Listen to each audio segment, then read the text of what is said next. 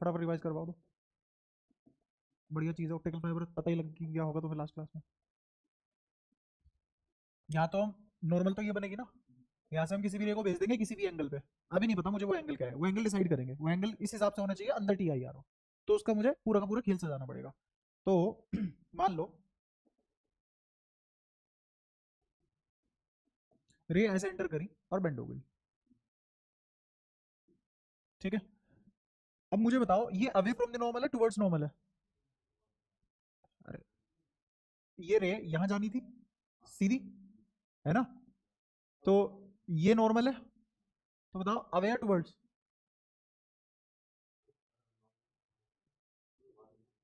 क्योंकि तुम एक बार पढ़ चुके हो ये ऑप्टिकल डिवाइस, तो इसीलिए मैं इन छोटी छोटी पेचीदी बातों पे थोड़ा ही रोशनी डाल सकता हूँ। समझ रहा आप? अगर बाहर से रोशनी आई, अंदर वो बेंड हो गई, तो बाहर कैसा मीडियम है, अंदर कैसा मीडियम है? डेंसर। क्यों? क्योंकि अगर इसको सीधा जाना था तो ये एंगल बनता नॉर्मल से, अब ये एंगल बन रहा है नॉर्मल से, ये नॉर्मल नहीं है, नॉर्मल ये है तुम्हारे लिए। आई बात समझ? या तो कोई परेशानी? क्योंकि मीडियम इस लाइन के लोग चेंज हो रहा है या इस लाइन के लोग चेंज हो रहा है? हाँ अब नॉर्मल भी बताऊंगा स्टार्टिंग में। हाँ मीडियम इस लाइन के लोग चेंज हो रहा है, तुम्हें इसको नॉर्मल बनाना पड़ेगा, है ना। डायग्राम जब बनाते हैं तो मेरा कंसर्न होता है कि बच्चा टी आई आर समझ ले, है ना। इन बारीकी बातों पे तो बाद में भी बात की जा सकती है जैसे आज कर रहा हूँ। तो पहले टी आई आर तुम्हें अच्छे से समझ में आना चाहिए। अब टी आई आर मैं मान के चलता हूँ तुम्हारा बहुत बढ़िया हो गया, है ना, वो तुम्हें अच्छे से समझ में आता है टी आई आर की चीजें। तो अब मुझे बताओ ये वाली रे से ये वाला एंगल ऑफ इंसिडेंस बनेगा या ये वाला बनेगा? नीचे वाला बनेगा, क्योंकि अगर मेरा कोई सिलेंड्रिकल इंटरफेस यहाँ से शुरू हो रहा है तो मीडियम की बाउंड्री स्केल होंगे, और अगर मीडियम की बाउंड्री स्केल होंगे तो मीडियम की बाउंड्री के परपेंडिकुलर होती है नॉर्मल। तो इसका मतलब ये रही नॉर्मल, और फिर से गलत होते हुए तुम, और फिर से ये सही है।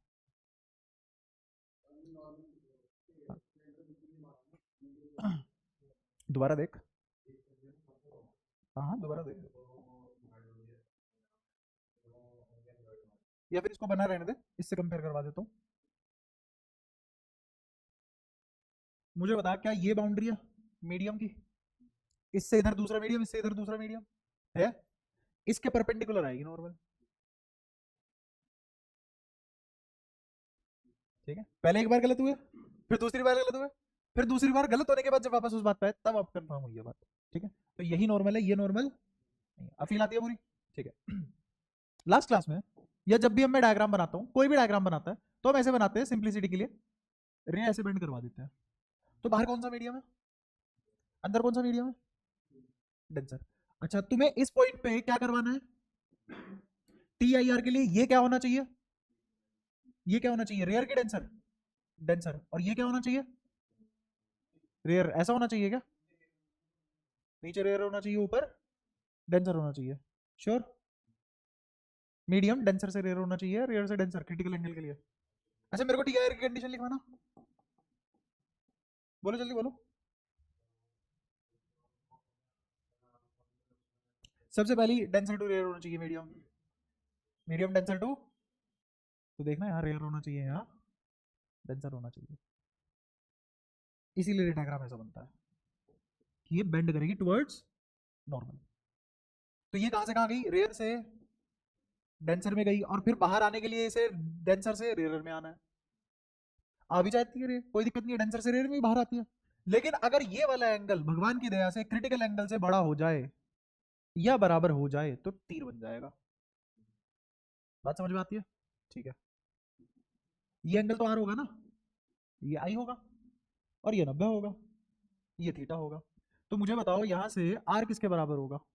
मैं आर ही क्यों निकाल रहा हूं? क्योंकि मैं क्या लगाने वाला हूं, अगर बाहर मीडियम म्यू 1 है और अंदर मीडियम म्यू 2 है, यहां से यहां जा रही है ना चीजें, ये बाहर ऐसे म्यू 1 और म्यू 2 ऐसे बना लो, ठीक है। तो मुझे लिखना पड़ेगा म्यू 1 साइन आई बराबर म्यू 2 साइन आर, ये तो लिखना पड़ेगा। तो मुझे क्या चाहिए? आर चाहिए ना, इसलिए आर निकाल रहा हूं। तो आर किसके बराबर आएगा? पाई/2 माइनस थीटा। अब सुनना ध्यान से, अगर ये थीटा बढ़ता है तो ये आर, अगर ये थीटा बढ़ेगा पाई/2 में से बड़ी वैल्यू घटेगी तो आर छोटा होगा, घटने वाली वैल्यू बड़ी हो रही है तो आर घटेगा, थीटा बढ़ेगा तो आर, और होना भी यही चाहिए, वो सब छोड़ो भाड़ में जाइए, तो 90 ही रहेगा ना। इस 90 में बाकी दोनों का समेशन 90 बचेगा। अगर इन दोनों का समेशन 90 है और तुम एक को बढ़ा रहे हो दूसरे वाले को छोटा होना पड़ेगा तभी तो 90 रहेगा समेशन। ऐसे सोच लो, बढ़ेगी मैथ्स, लॉजिक तो तैयार ही है अपना। अच्छा तो ये डिक्रीज होगा और ये इंक्रीज होगा। इसको इंक्रीज क्यों कर रहा हूं, इसको इंक्रीज कर रहा हूं ताकि ये किससे मैच कर जाए, सो दैट मैचेस थीटा सी और बिकम ग्रेटर देन थीटा सी। ये तो मैच कर जाए थीटा सी से, और या फिर थीटा सी से बड़ा हो जाए। अगर ये थीटा सी से बड़ा हो गया तो मेरा आर तो बहुत छोटा हो जाएगा ना, मतलब बहुत छोटा भी नहीं पर कम हो जाएगा, घट जाएगा। ठीक है, तो मुझे बताओ अगर मेरा पाई बाय 2 माइनस थीटा सी लिख दिया तो ये आर डैश क्या इससे छोटा नहीं बन जाएगा, समझना। तो मेरा आर से आर डैश आते टाइम आर घटा है ना, तो आर से आर डैश आते टाइम ये घटा है ना, तो मुझे बताओ आई को भी तो घटना ही पड़ेगा। तो इस आई को घटाएंगे, इस आई को घटाएंगे, और घटाते घटाते एक ऐसी वैल्यू पे लेके जाएंगे जो आई नोट बने। क्या बने, आई नोट बने। इस आई नोट पे ये क्या बनेगा, थीटा सी बनेगा। और उस दिन आर बराबर पाई बाय 2 माइनस थीटा सी होगा। और उस दिन ये वाला फॉर्मूला मेरा क्या जवाब देगा, म्यू 1 साइन आई नोट बराबर म्यू 2 साइन आर की जगह पाई बाय 2 माइनस थीटा सी। तो ये तो हो जाएगा म्यू 2 कोस थीटा सी, और ये क्या हो जाएगा म्यू 1 साइन आई नोट। बताओ कोई दिक्कत। अच्छा अब टी आई आर का एक और कॉन्सेप्ट है, तीर का एक और कॉन्सेप्ट क्या है कि sine theta c equals to 1 by mu होता है, होता है। और ये म्यू आर है। अगर इसको थोड़ा अच्छे से लिखूं तो क्या ये लिखा हुआ है म्यू 2 बाय म्यू 1। तो इसके हिसाब से अगर एक ट्राइंगल सजाया जाए और इसको थीटा सी बोला जाए, परपेंडिकुलर कौन होगा, हाइपोटेन्यूज कौन होगा। तो ये क्या बचेगा 2 स्क्वायर माइनस, बताओ कोई दिक्कत। तो यहां से कोस थीटा सी क्या होगा, हाँ cos theta C will be, हाँ बेस अपॉन हाइपोटेन्यूज। तो बेस ये रहा, हाइपोटेन्यूज ये रहा, बताओ कोई दिक्कत। अच्छा इस वाली कंडीशन में सारी चीजें रख लो। तो मैं कहना चाह रहा हूं कि साइन आई नोट बराबर होगा किसके, म्यू 2 बाय म्यू 1 के, और कोस थीटा सी यहां रहेगा। बोलो कोई दिक्कत। अब कोस थीटा सी तो मेरे पास है नहीं, है ना, तो मैं क्या करूंगा, sine i note cos theta c को अपनी गिवन टर्म्स में ले आऊंगा। कौन है given terms, cos theta c की जगह क्या रख दोगे, mu 2 square minus mu 1 square under root का, बाय ये और ये कटा, तो आई नोट किसके बराबर आ गया, sine inverse under root mu 2 minus mu 1 square upon mu 1। कोई दिक्कत। तो अगर मेरा म्यू 1 1 हो जाए तो आई नोट किसके बराबर हो जाएगा, sine inverse under root mu 2 square minus, यही करा था बस हमने।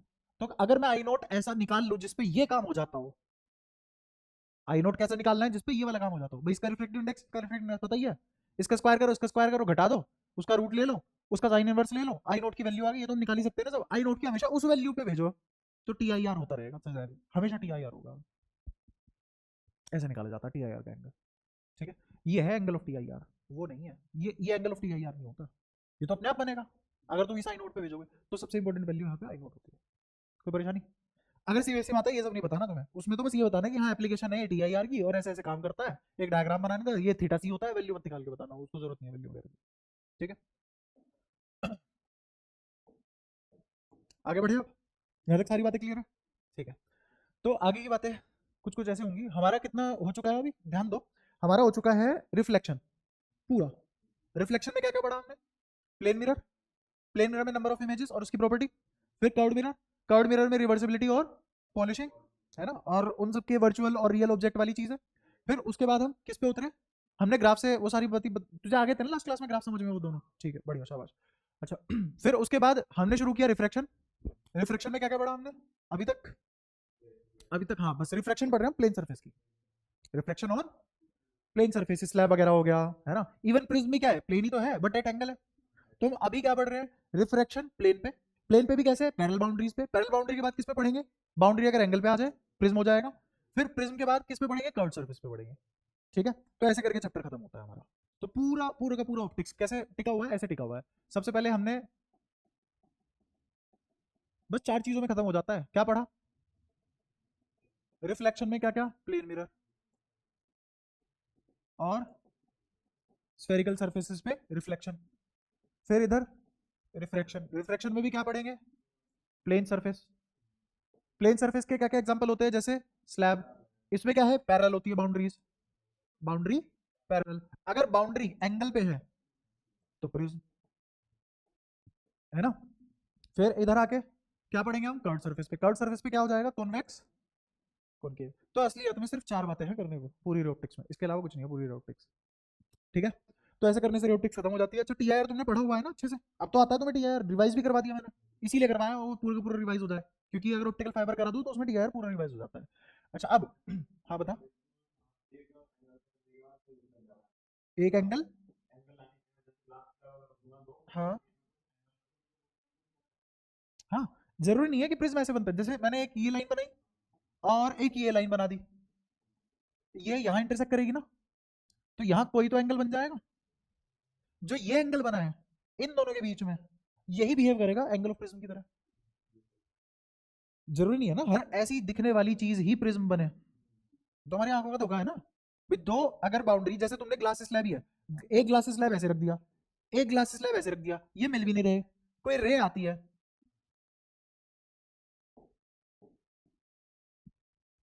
तो प्रिज्म की तरह काम करेगी ना।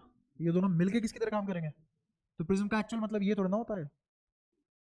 हाँ, मतलब जब तुम्हें फिजिकली कोई हाथ में ना देके जाए तब तक प्रिज्म, सिर्फ तब तक ही प्रिज्म के काम होंगे, ऐसा जरूरी नहीं है। प्रिज्म के काम कैसे भी हो सकते हैं। अगर मान लो कि मैंने अपना मकान बनाया और मेरी जो खिड़की है ऐसे आ गई, ऐसे बनाई है मैंने खिड़कियां, ताकि यहाँ पे बैठ सकूं मैं बिस्तर लगा के, और खिड़की टेढ़ी हो, खिड़की के नीचे में आ जाऊं ना, होता है ऐसा फैशनेबल मकान। एक आदमी है जिसने ऐसी खिड़की बनाई है, अब यहाँ कोई बल्ब जला तो यहाँ से रोशनी गई, यहाँ से आ गई, क्या ये दोनों रिफ्लेक्टिंग सरफेसेस थे और इन दोनों में एंगल आया हुआ है, प्रिज्म की तरह काम करेंगे, ठीक है। वो तो नाम बोल के प्रिज्म पढ़ रहे हैं हम, है ना। सारी दिक्कत ये है ना कि हम सोचना छोड़ देते हैं उस तरीके से जिस तरीके से हमें सोचना चाहिए।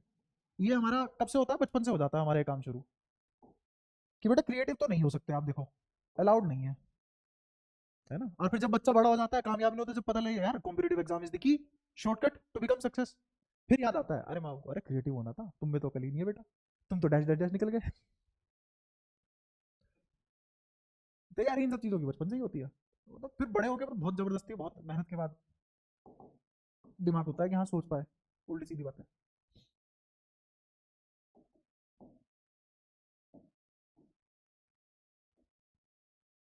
अच्छा अब एक बहुत बढ़िया चीज़ बताऊंगा, इससे बहुत सारे कॉन्सेप्चुअल सवाल सोल्व होंगे, क्योंकि बहुत सारे रेफरेंस बुक में बहुत सारे कॉन्सेप्चुअल क्वेश्चन होता है कलर्स को लेके, है ना। और उसके साथ वो जब टीआईआर मिक्स करता है तो अलग से उन क्वेश्चन को समझाने में 1 घंटा जाता है, तो मैं आधा घंटा अब बच के उस पर, आधा घंटा मिली 15 मिनट अब बच के उस पर वो सारे क्वेश्चन खत्म कर दे रहा हूँ। जितने भी क्वेश्चन होंगे अब तुमसे हो जाएंगे इसको पढ़ने के बाद। ये सीधी दिख रही है वैसे,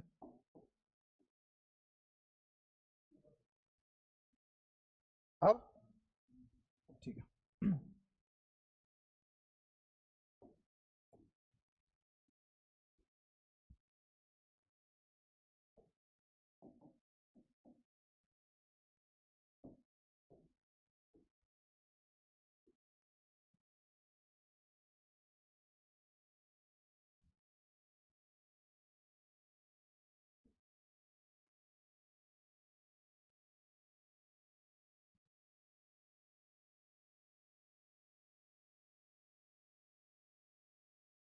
कावरन जी हो गए, क्या बनाते हैं, ठीक।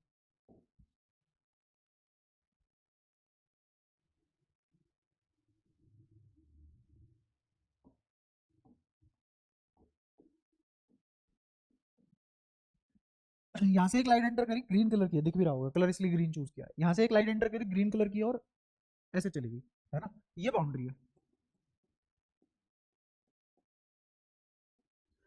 बाउंड्री ऑफ अ मीडियम, ये एंगल कहाँ से नापेंगे, नॉर्मल से। तो मुझे बताओ इस एंगल का नामकरण कर सकते हो तुम, क्या होगा, क्रिटिकल एंगल, क्यों, क्योंकि इस पे ये 90 डिग्री बन गया, तो ये तो बात पक्की है, ये कैसा कैसा एंगल हो गया, क्रिटिकल एंगल। यहाँ से रे आई क्रिटिकल एंगल पे और ऐसे निकल गई, ठीक है। ये किसके लिए था, ग्रीन के लिए। अब मैं तुम्हारे सामने कुछ कुछ बातें खोलता रहूंगा और उन्हें धीरे धीरे तहे दिल से समझते रहना। मैं मान के चल रहा हूँ कि इसका रिफ्लेक्टिव इंडेक्स थोड़ी देर के लिए सिंप्लिसिटी के लिए 1 है, क्योंकि मैंने यहां क्या लिया, वैक्यूम या फिर एयर, है ना। और इस वाले का रिफ्रेक्टिव इंडेक्स म्यू2 है, सही है।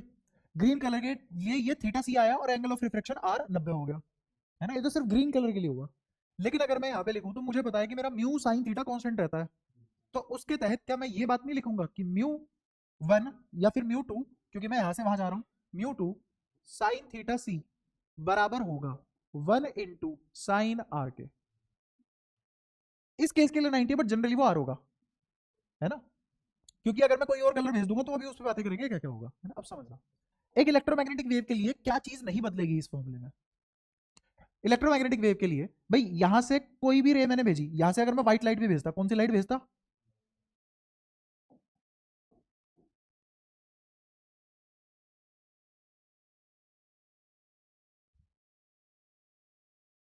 अगर मैं ये व्हाइट लाइट भेजता यहां से, है ना, तो व्हाइट लाइट के अंदर कितने कलर होते हैं, बहुत सारे, इनफाइनाइट। हम उनको क्या नाम देते हैं, ये सब मिलके ही क्या बना रहे हैं, व्हाइट। तो ये विबग्योर यहां से चले और सबके सब ने कितना एंगल बनाया, थीटा सी। बट ये जो थीटा सी है सब कलर के लिए थीटा सी नहीं होगा। अब समझते चलना, तीन रिलेशन लिखूंगा उनके साथ बात करेंगे हम, तीन रिलेशन साथ साथ लेके चलेंगे। पहले रिलेशन ये, ठीक है। दूसरा रिलेशन जो मुझे चाहिए वो है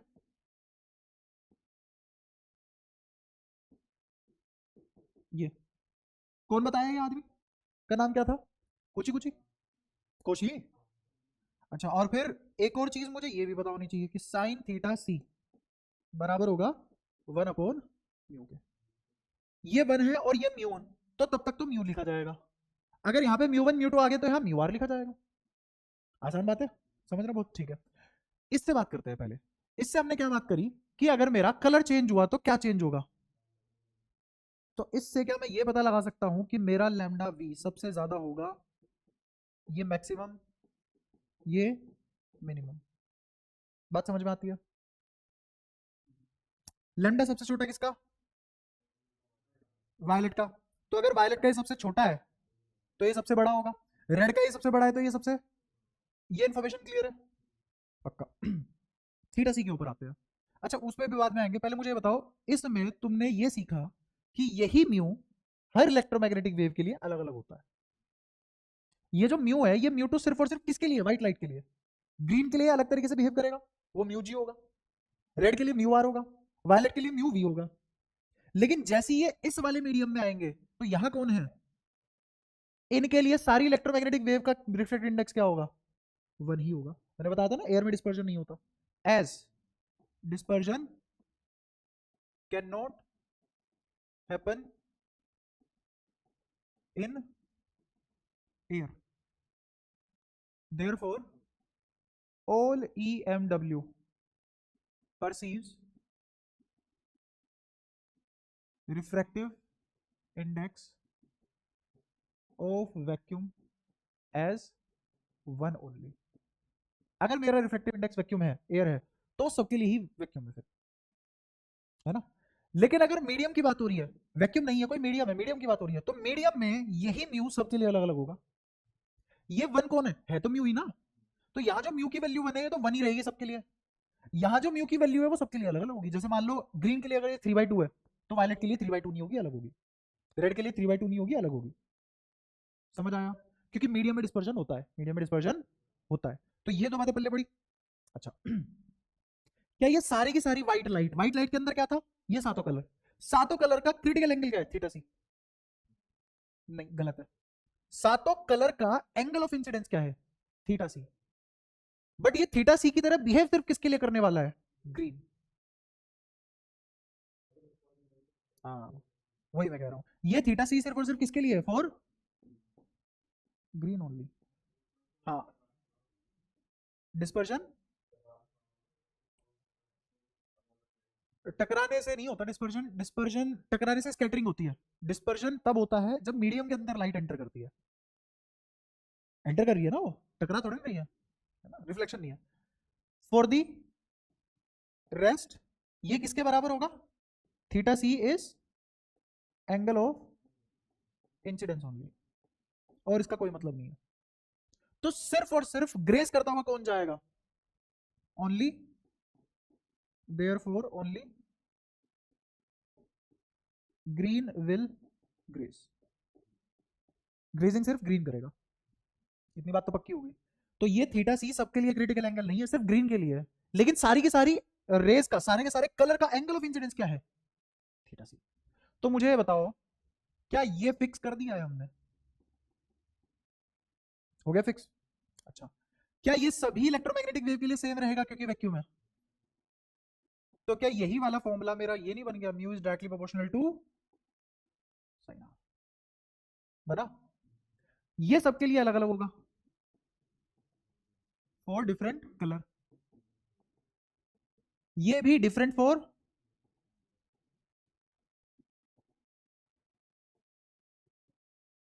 कौन सी दो बातें सेम है? अगर ये रिफ्रैक्टिव इंडेक्स 1 है तो सभी रेज के लिए 1 है, सब इलेक्ट्रोमैग्नेटिक वेव के लिए 1 होता है। और अगर ये थीटा सी है तो सबके लिए एंगल ऑफ इंसिडेंस थीटा सी है, बट क्रिटिकल एंगल सिर्फ ग्रीन के लिए बना। बात समझ में आई क्या कहना चाह रहा हूँ? ठीक है, थोड़ा सा और आगे बढ़ते हैं। ये रे इस पॉइंट पे आई, ग्रीन तो करेगा ग्रेस, बाकी कलर का क्या रहा वो सीखना आप हमें, समझना। वायलेट के लिए रिफ्लेक्टिव इंडेक्स सबसे ज्यादा होता है, रेड के लिए सबसे कम होता है, ठीक है। अच्छा, अब मुझे ये बताओ कि मेरा ये तो इनवर्सली प्रोपोर्शनल है ना म्यू के, तो अगर मेरा म्यू ज्यादा है तो थीटा सी कम होगा। तो क्या इन दोनों बातों से, इन दोनों बातों को मिला के क्या ये बात बोली जा सकती है, theta c for violet is smaller than theta c of red? समझ आया? मुझे वैसे ये बात थोड़ा सा अच्छे से कैसे लिखनी चाहिए, ऐसे लिखनी चाहिए, समझना। ग्रीन भी लाते हैं ना इसमें, उससे कंपेयर करोगे तुम। ये बड़ा होगा, यहाँ ग्रीन, फिर यहाँ रेड, सही है, ये लीस्ट होगा, बाकी सब इसके बीच में। अच्छा, थीटा सी छोटा होगा किससे? थीटा सी ग्रीन से, और ये छोटा होगा थीटा सी रेड से। सबसे कम क्रिटिकल एंगल किसका बनेगा? वायलेट का। वायलेट का। तो सबसे पहले टी आई आर में कौन जाएगा? टी आई आर कब होता है? जब थीटा सी से ज्यादा हो जाए। तो सबसे पहले थीटा सी किसका अचीव होगा? है, मैं यहां से रे लेके जा रहा हूं, तो ये एंगल कितना है? 0। थीटा सी की वैल्यू क्या है, या थीटा की वैल्यू क्या है? 0। फिर थीटा मैंने थोड़ा सा बढ़ाया, फिर थीटा मैंने थोड़ा सा बढ़ाया, फिर बढ़ा के थीटा सी ग्रीन का आ गया। तो ग्रीन से पहले वायलेट का अचीव नहीं हो चुका होगा? तो सबसे पहले टी आई आर के अंदर कौन जाएगी? वायलेट सबसे पहले टी आई आर के अंदर जाएगी, क्योंकि अगर ये थीटा सी ग्रीन का है तो ग्रीन का क्रिटिकल एंगल बड़ा होता है वायलेट से, तो इसका मतलब वायलेट पहले निकल गई होगी। वायलेट का क्रिटिकल एंगल इससे छोटा होगा, तो पहले अचीव हो चुका होगा। तो क्या वायलेट तो निकल गई टी आई आर के लिए? ठीक है, ये ग्रीन का अचीव हो चुका है, तो और कौन निकला होगा? वायलेट भी निकल गया होगा, इंडिगो भी निकल गया होगा, और ब्लू भी निकल गया होगा। तो वो तो मुझे रिफ्लेक्टेड रेज में मिलेंगे, ये तीन मुझे। हाँ, अब जहां जो रे बनेगी, सुनना ध्यान से, ये वाली जो रे आई, व्हाइट से ही बना लो चलो,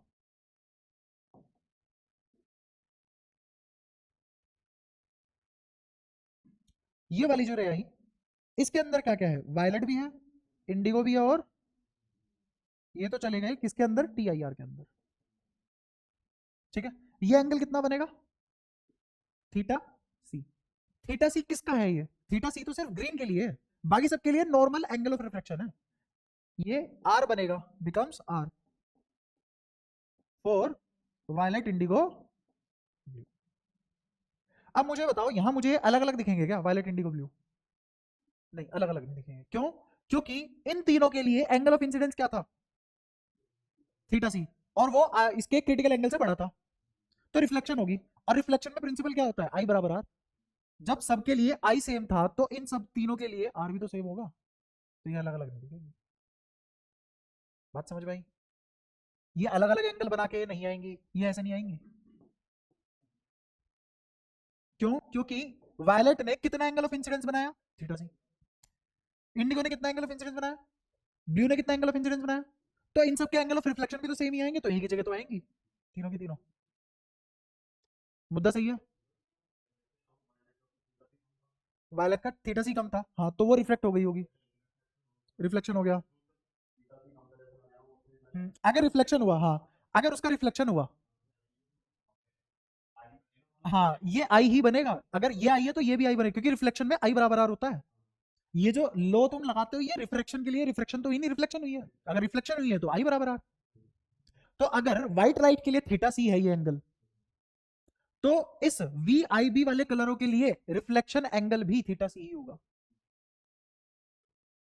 बताओ कोई दिक्कत? कहानी क्लियर? ये जो थीटा सी है, सिर्फ थीटा सी किसके लिए पढ़ो? ग्रीन के लिए, बाकी किसी और के लिए क्रिटिकल एंगल नहीं है। ये जो क्रिटिकल एंगल है सिर्फ और सिर्फ ग्रीन के लिए है।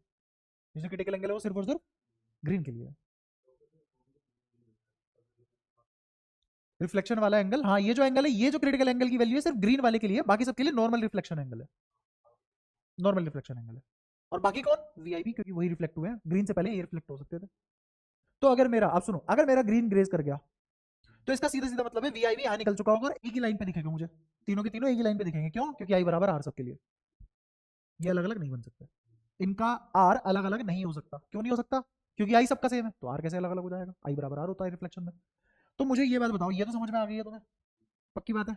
अच्छा, ये तो अंदर टी आई आर गए है ना, तो इनका कोई भी हिस्सा मुझे कभी भी रिफ्लेक्शन में नहीं दिखेगा अगर ग्रीन यहाँ है, क्योंकि ये टोटल है, टोटल में टोटल आता है, 100% हिस्सा यहाँ आता है, पार्शियल नहीं आता।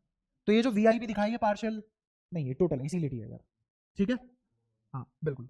अब थोड़ी सी और बातें करते हैं। थीटा सी तो सबसे ज्यादा है, क्या ये क्रिटिकल एंगल अचीव हो चुका होगा रेड का यहां तक? होगा अभी, अभी तो नहीं हुआ, होगा अभी, बट मैंने तो लाइट यहां से भेज दी, तो रेड के लिए T I R, red under normal reflection जाएगी, रेड अंडर नॉर्मल रिफ्लेक्शन जाएगी। समझे? अच्छा, अब यहां कुछ तीन लाइनें बनेंगी ऐसी, तुम्हें बताया वो तीन लाइनें कौन कौन सी होंगी?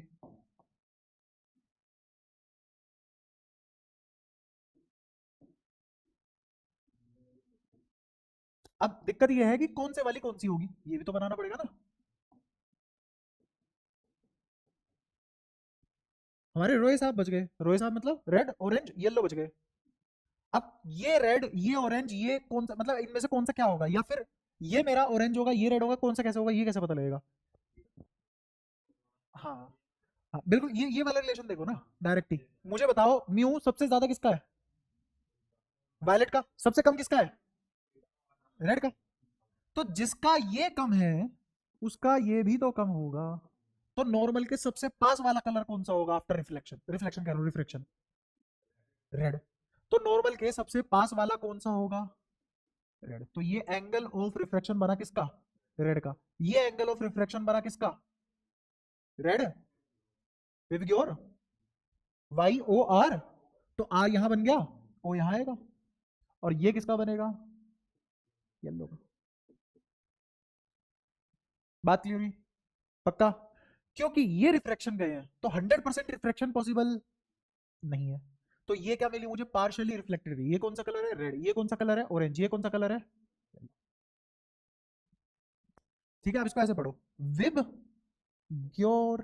पढ़ा गया? विब ग्योर, ऐसे फूटेंगे ये कलर, विब ग्योर। ठीक है? अच्छा, ये सारे के सारे कैसे हैं? पार्शियल रिफ्रैक्शन हुई है इनकी, पार्शियल रिफ्रैक्शन हुई है, इसका मतलब रिफ्लेक्शन तो हुई होगी इनकी। तो ये इस लाइन पे मुझे, इस लाइन पे मुझे ये चारों के चारों तो मिलेंगे ही मिलेंगे, इन पे मुझे ग्योर मिलेगा ही मिलेगा, ग्रीन भी मिलेगा, ये भी तो पार्शियल ही है।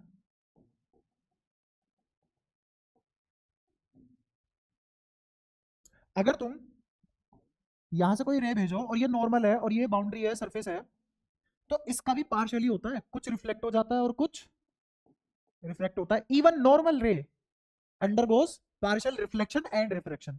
ये किस खेत की मूली है फिर? तो यहां भी पार्शियली मिलेगा, और यहां क्या मिलेगा? ग्योर भी मिलेगा, also get partial ग्योर।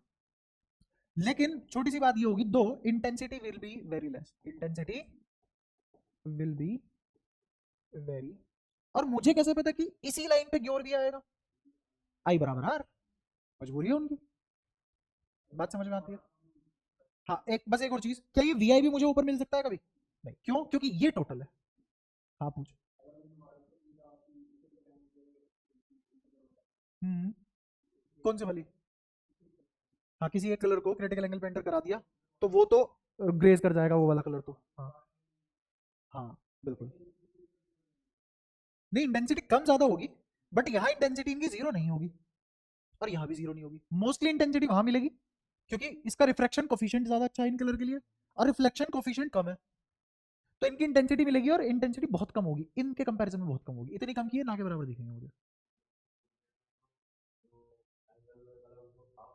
Reflection coefficient, coefficient का मतलब बता देता हूँ, मेरे पास जो एनर्जी आई और कितनी एनर्जी चली गई, मतलब output upon input, output upon input वो हमेशा 1 से कम होगा, है ना। जैसे मेरे पास 100% एनर्जी आई, तो जिस रास्ते पे वो एनर्जी आई उसी रास्ते पे जाने की क्या प्रोबेबिलिटी है, 80% है, तो उसका अगर वो वापस जाने की 80% है तो उसका रिफ्लेक्शन कोफिशिएंट 0.8 है और रिफ्रैक्शन कोफिशिएंट 0.8, अरे एक होना चाहिए ना टोटल, तो 0.2 बचेगा और उसमें से कुछ तो ट्रांसमिटेंस वाला भी होगा ना, कुछ तो ट्रांसमिटेंस वाला भी होगा, तो जो ट्रांसमिट हुआ है उसका भी हटाओ तो 0.2 से कम बचेगा। ऐसे इन कलर के लिए रिफ्लेक्शन कोफिशिएंट बहुत कम है, तो मोस्ट ऑफ द एनर्जी तो यहां निकल गई और कुछ एनर्जी मुझे रोय जी, रोय साहब है ना, साहब है तो जी लगाना पड़ेगा, रोय जी कुछ मुझे यहां भी मिलेंगे, कम इंटेंसिटी के मिलेंगे पर बहुत, ठीक है। लेकिन वी आई भी कभी भी ऊपर नहीं मिलेंगे क्योंकि 100% रिफ्लेक्शन हुई है, ठीक है। तो इस तरीके से कलर टूटते हैं, ये भी टीआईआर की एप्लीकेशन है। वो अलग बात है पढ़ते नहीं हम इसको उस तरीके से, बट इस पे बहुत सारे कॉन्सेप्चुअल क्वेश्चन बन सकते हैं, बहुत सारे, और ये तुम्हें अलग अलग रेफरेंस बुक में मिलेंगे। इवन सीबीएसई के जैसे तुम ओसवाल वगैरह उठाओगे या फिर और भी बहुत सारे आते हैं ना, यू लाइक वगैरह जब चीज़ें होती है तो वहाँ पे वो ऐसे ऐसे सवाल पूछ लेता है ना। जैसे ऑल इंडिया का एग्जाम होता है उसमें बोर्ड वगैरह के उसमें भी पूछे जा चुके हैं एक आधे सवाल यहाँ से, बच्चा सोच ही नहीं पाता एग्जाम में बैठ के, ठीक है। तो अब तुम्हारे लिए वो सब ईजी हो जाएगा। नीचे वाले मीडियम में रिफ्लेक्शन में तो डिस्पर्जन आती नहीं है, हाँ, यहाँ अलग अलग क्यों नहीं दिखे, ऑल्सो ये भी लिख सकते हो तुम as in reflection dispersion can not happen. तो डिस्पर्जन सिर्फ एक ही जगह हो सकता है, वो कौन सी जगह डिस्पर्स होने की, मीडियम में होता है डिस्पर्जन, वैक्यूम में तो होगा नहीं, और मीडियम में भी कब होगा जब रिफ्लेक्शन और रिफ्लेक्शन ना आए। तो टीआईआर हटा दो और मीडियम 1 हटा दो, तो जो मीडियम बचा है जिसमें रिफ्रैक्शन हो रही है सिर्फ वही डिस्पर्जन हो सकता है और कहीं डिस्पर्जन नहीं होगा, ठीक है। जैसे ये क्या चीज हुई, डिस्पर्जन हुआ, कोई दिक्कत, यहां तो कोई परेशानी, पक्का। लेकिन इन तीनों के लिए इस वाले मीडियम का रिफ्रैक्टिव इंडेक्स अलग अलग होगा, सेम होगा, सेम होगा क्योंकि 1 है। वैक्यूम सबके लिए सेम है, वैक्यूम सबके लिए हमारे पास सिर्फ एक ही एब्सोल्यूट रिफ्रैक्टिव इंडेक्स है, दैट इज वैक्यूम। वैक्यूम के अलावा और कोई रिफ्रैक्टिव इंडेक्स एब्सोल्यूट नहीं होता है, every refractive index is relative, क्योंकि इसी से तो कंपेयर करके निकालते हैं सबको। अगर मैं यहाँ μ1 भी लिख दूं तो ये μ1 कहां से ढूंढ के लाया हूं ना मैं, विद रेस्पेक्ट टू वैक्यूम, ये μ2 कहां से ढूंढ के लाया हूं ना मैं, विद रेस्पेक्ट टू वैक्यूम। तो दोनों का विद रेस्पेक्ट टू वैक्यूम वाला हिस्सा हट जाएगा और सिर्फ μ1 μ2 बच जाएगा। अगर यहाँ μ1 लिखा होता तो इन तीनों के लिए क्या इसकी वैल्यू अलग अलग होती, हाँ होती, बट अगर ये μ1 वैक्यूम का हो गया तो इन तीनों के लिए क्या इसकी वैल्यू अलग अलग होगी μ1 की ना, अब सेम होगी, इसीलिए तो मैंने वहां पे सेम करा। बात समझ में आती है, और मैं पढ़ा भी नहीं रहा तो मैं μ1 अगर 1 नहीं है इसके लिए मैंने तुम्हें पढ़ाया भी नहीं, क्योंकि अगर ये करता मैं तो मुझे बताओ क्या मैं यहाँ पे ये फिक्स कर सकता था, अगर मैं ये फिक्स ना करता तो मैं ये बता पाता कि रेड नॉर्मल के सबसे पास बनेगा, नहीं क्योंकि ये भी वेरी करता, फिर सिचुएशन कॉम्प्लेक्स हो जाती। हाँ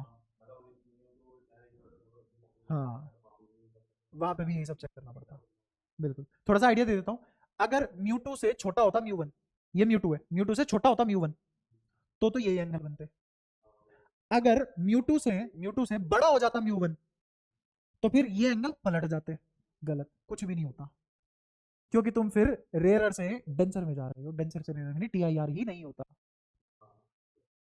इतनी भी कहानी मत लगाओ, बहकी गए पूरा, तो इसलिए फोकस जरूरी है, बहकना नहीं है। तो ऑब्वियसली अगर मैंने इसको μ2 बोला, इसको μ1 बोला और μ1 बड़ा हो गया, μ2 से टीआईआर ही नहीं होगा, टीआर की कंडीशन, पहली कंडीशन गलत हो गई, क्रिटिकल एंगल का कॉन्सेप्ट ही नहीं आएगा फिर, ठीक है। तो इसीलिए हम जिस चीज के लिए काम पढ़ सकते थे, कहानी पढ़ सकते थे, उस चीज के लिए हमने पढ़ ली, ठीक है। बताओ इसमें कोई डाउट, यहाँ तक कोई दिक्कत, क्लियर हुई सारी बातें, बहुत शाबाश। तो अब इसमें मुझे बता दो किस कलर के लिए, किसको तुम ग्रेज करवाना चाहते हो, उसके लिए एक बार ये कहानी कर लेंगे ताकि तुम्हारा अच्छे से पक्का हो जाए वाला टॉपिक। बताओ किस कलर को ग्रेज करवाना चाहते हो, क्योंकि आई उसी के लिए थीटा सी बनेगा जिसको ग्रेज कराओगे। बताओ कौन सा वाला कलर ग्रेज करवाना है, जल्दी बोलो।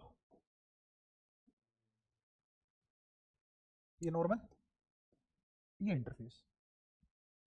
जल्दी बोलो इनमें से कौन सा कलर ग्रेज करवाओगे। इंडिगो, इंडिगो है इसमें, ये है ना इंडिगो। अरे वो बना दूंगा ना मैं, कलर कंफ्यूजन कम हो जाए। नीला, ब्लू, ब्लू,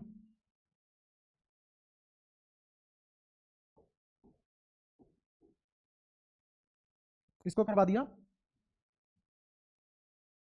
ग्रेस।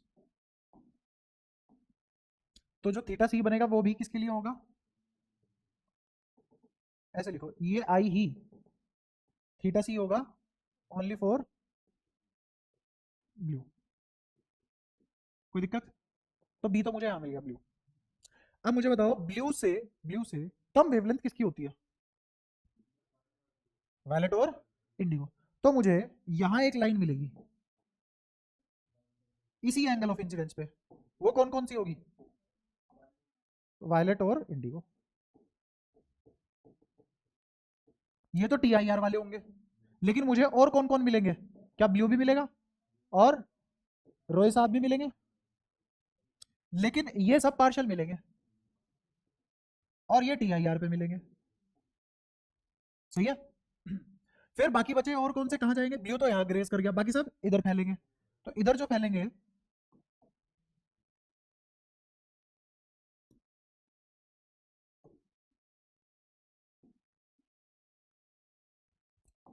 बताओ ये वाला कौन सा होगा, और फिर ये ऑरेंज, फिर ये, और फिर ये। तो सबसे पास किसका बनेगा नॉर्मल से एंगल, रेड का। तो ये होगा r, angle of refraction for red. और ये सब कैसे होंगे, ये सारे के सारे ही पार्शियल होंगे। हाँ, इनकी इनकी इंटेंसिटी कम होगी, और इनकी इंटेंसिटी इन वालों से ज्यादा होगी, इन वालों से ज्यादा होगी, वन से ज्यादा नहीं होगी। क्लियर हुआ, यहाँ तो कोई परेशानी। इस तरीके से काम बन जाएगा। अब तुम्हें आता है कौन सा कहाँ किसका क्या खेल है। ठीक है। अच्छा, अब गंदी बात एक और कर सकता हूँ मैं यहाँ पे, प्रिंसिपल ऑफ रिवर्सिबिलिटी। अगर चीजें यहाँ से यहाँ आ रही होती तो तो अब ऐसे सवाल भी तो बन सकते कि मैंने ऑरेंज और येलो भेजे, ऑरेंज और येलो भेजे, ठीक है, उनका एंगल कुछ तो बना होगा मीडियम 2 में, या फिर वो ऐसे बोलेगा कि मैंने ब्लू भेजी और ब्लू क्रिटिकल एंगल पे एंटर कर रही है मीडियम में, रिवर्सिबिलिटी। तो बताओ कौन से वाली रेज टी आई आर के अंडर जाएंगी। अगर मैं ये ना पढ़ाता तो ये सवाल गायब था दिमाग के खोपड़े से। ठीक है, तो ऐसे सवाल भी इस वाली भाषा में पूछा जा सकता है। हाँ, उसने बोला है ना क्रिटिकल एंगल में एंटर कर गया इस वाले मीडियम में, तो मीडियम में क्रिटिकल एंगल पे एंटर किया, तो इसका मतलब उस मीडियम का कोई क्रिटिकल एंगल है, इसका मतलब वो पक्का डेंसर मीडियम है, क्योंकि डेंसर मीडियम का ही क्रिटिकल एंगल डिफाइन होता है, रेयर का तो होता भी नहीं। वो कुछ नहीं बताएगा, सिर्फ भाषा ही यूज करेगा कि blue is graced along the interface and somehow it enters eight critical angle in the medium. तो जिस मीडियम के एंटर कर रही है वो रेयर है, सॉरी डेंसर है। और अगर वो डेंसर मीडियम है तो इसका मतलब है अगर मैं रिवर्सिबिलिटी अब ठोकूं तो ये वाला केस बनेगा जो हमने आज पढ़ लिया। तो इसका मतलब कौन सी रेट ईआईआर कर रही होंगी, वायलेट इंडिगो। या फिर वो पूछ लेगा कि मुझे मेरे वाले मीडियम में कौन से कलर नहीं मिल रहे होंगे, वायलेट और इंडिगो नहीं मिल रहे होंगे। या फिर मुझे जिसमें क्रिटिकल एंगल के अंदर एंटर किया है उस वाले मीडियम में कौन से कलर नहीं मिल रहे होंगे, रोय साहब नहीं मिल रहे होंगे, जी और लगा दो उसके सामने।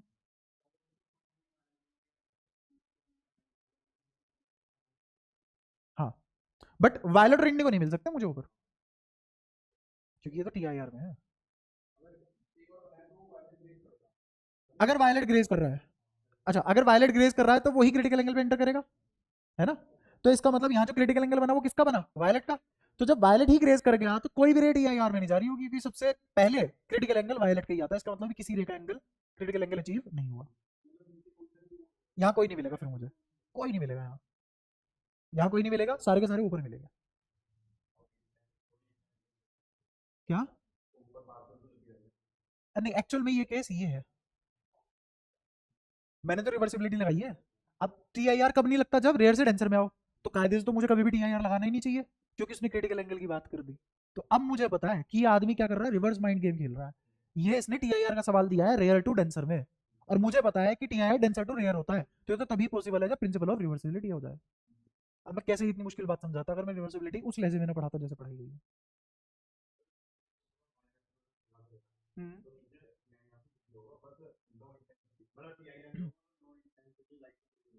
कहाँ सारे के सारे कलर यहीं आएंगे ना, देखो वायलेट यहाँ आ गया, यहीं आएगा।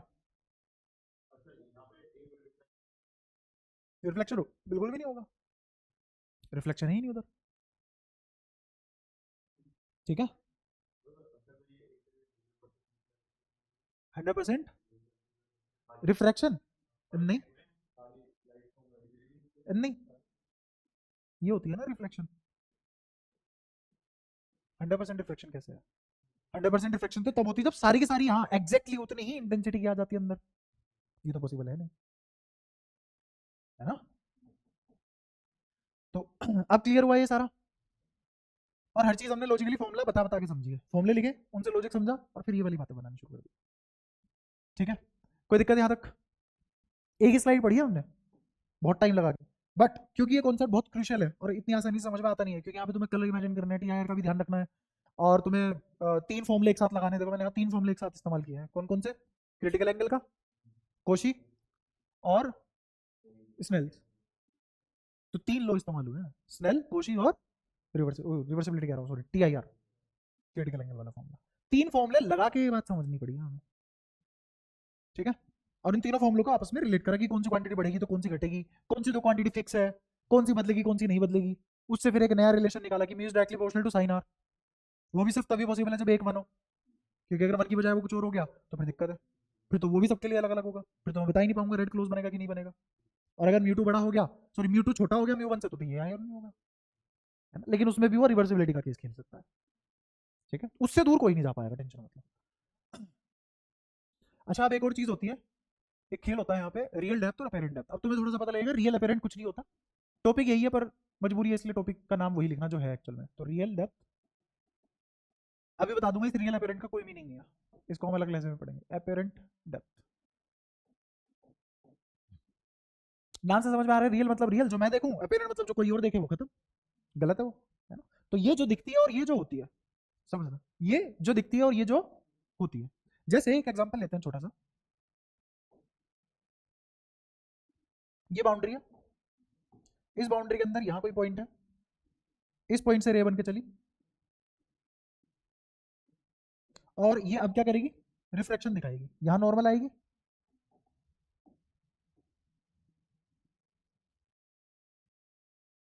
ये बनी नॉर्मल, और इसके बाद मुझे बताओ अगर मैं इसको म्यू नाम दूं और ऊपर वाले को वन, सुनते रहना, इसको म्यू नाम दूं ऊपर वाले को वन, तो कौन रेयर, नीचे वाला, ऊपर वाला उल्टा, नीचे वाला डेंसर ऊपर वाला रेयर, तो अवे या टुवर्ड्स, अवे, ये रे डायग्राम बनेगा, कोई परेशानी? और एक नॉर्मल यहां भी आएगी। ठीक है, मुझे बताओ इस वाले एंगल का क्या नाम दूं, एंगल ऑफ इंसिडेंस, और इस वाले एंगल का, इसका कोई नाम नहीं होता, हमेशा सारे के सारे एंगल नॉर्मल से नपते हैं, इसमें कोई दिक्कत? इस रे को ये वाला ऑब्जर्वर देख रहा है यहाँ, तो इसको ये वाली रे यहां से आती हुई दिखाई देगी क्या? नहीं, तो हम तो बैक ट्रेस करते हैं, और कोई भी नॉर्मल इंसान, कि मैं तो नॉर्मल हूं, बाकी तुम्हारा पता नहीं, जितने भी मैंने देखे सब नॉर्मल ही होते हैं, वो सब स्ट्रेट लाइन में बैक ट्रेसिंग करते हैं, बैक ट्रेसिंग कर थोड़ी ना कर लेंगे, सोच के देखो कि ये अर्थ है और मैं बैक ट्रेसिंग कर पात में कर पाता तो मैं तो धरती के किसी भी कोने पे किसी को भी देख लेता। मैं बैक ट्रेसिंग कैसे करता हूं, ऐसे, आई बात समझ? ऐसे मान लो कि यहां कोई बीच है, मैं यहां खड़ा हूं, यहां सन है, ऐसे देख रहा हूं, सन यहां चला गया, मैं ऐसे देख रहा हूं, मुझे सन दिखना बंद हो गया, क्यों दिखना बंद हो गया? क्योंकि मैं बैक ट्रेस स्ट्रेट लाइन में करता हूं, अगर मैं कर्व में बैक ट्रेस कर पाता तो मैं तो इसको ट्रैक कर लेता साले को। बैक ट्रेसिंग हमेशा स्ट्रेट लाइन में होती है। तो इसको बैक ट्रेस कैसे करेगा?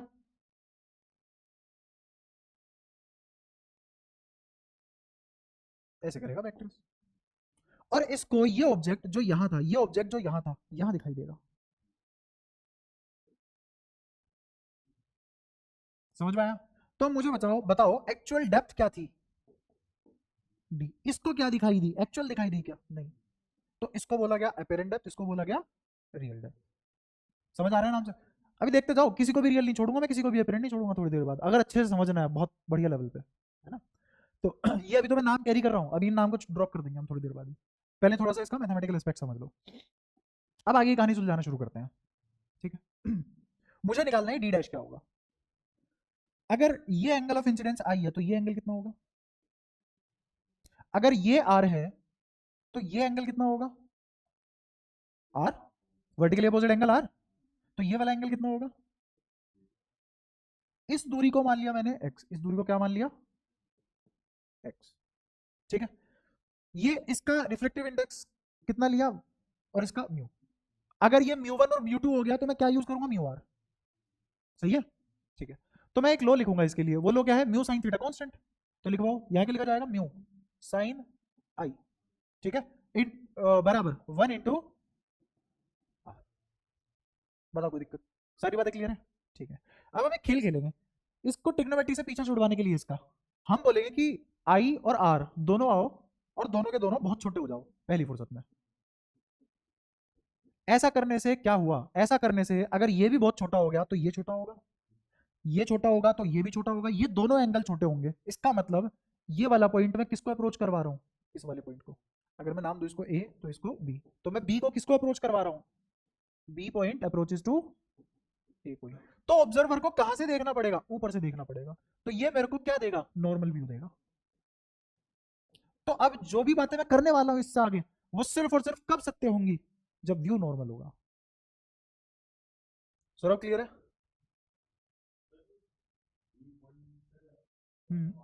ये भी पॉइंट यहाँ है अभी फिलहाल, क्योंकि यहां देखिए रिफ्लेक्शन, मैंने कहा आई को छोटा करो, तो आई छोटा होगा तो ये तो तभी छोटा होगा जब ये पॉइंट यहाँ खिसकना शुरू होगा, और आई छोटा होगा तो आर भी छोटा होगा, आर छोटा होगा तो आर भी तभी छोटा होगा जब ये पॉइंट यहाँ खिसक रहा होगा, और फैक्टर दोनों का बराबर रहेगा। देखिए ध्यान से, जिस फैक्टर से आई छोटा होकर इस पॉइंट को यहां लाएगा उसी फैक्टर से आर भी छोटा होगा, प्रोपोर्शनल में छोटे होंगे दोनों। क्यों? क्योंकि ये प्रोडक्ट कांस्टेंट होता है। आई बात समझ? यार कोई परेशानी, कोई दिक्कत? अब ये समझ आ गया बी किसको अप्रोच करेगा? ए को। तो ए से देखना चालू नहीं कर दूंगा फिर मैं, तो अब जो भी बातें होंगी वो सब किसके लिए सही है? सिर्फ और सिर्फ जब व्यू नॉर्मल हो। अगेन टफ केस हमारे पास है ही नहीं, सब आसान पढ़ रहे हैं हम, तो इसको भी आसान कर लिया और आसान कर लिया। ट्रिग्नोमेट्री से पीछे छुड़ाने के लिए हम कहां से देखने लगे? नॉर्मल व्यू से। तो इसके बाद मैं जितनी भी बातें करने वाला हूँ बहुत ध्यान से फोकस के साथ अप्लाई करना इन चीजों को। न्यूमेरिकल में ऐसे नहीं है पेल दो कुछ भी। जो भी मैं अब बातें करूंगा आगे आने वाले कितने भी समय तक आज की क्लास में, वो सारी की सारी सिर्फ किसके लिए वैलिड होंगी? जब तक मैं खुद से ना बोल दूं कि बेटा नॉर्मल व्यू नहीं है, तब तक वो क्या होगा? नॉर्मल व्यू ही होगा। तो जो भी हम अप्लाई करेंगे अब रे ऑप्टिक्स की कॉन्सेप्ट, वो सिर्फ और सिर्फ किसके लिए वैलिड होंगे? क्लियर है? तो ऐसे नहीं है एग्जैक्ट नॉर्मल व्यू, अगर मैं यहां से भी देखूं तो भी वो अप्रोक्सीमेटली क्या है?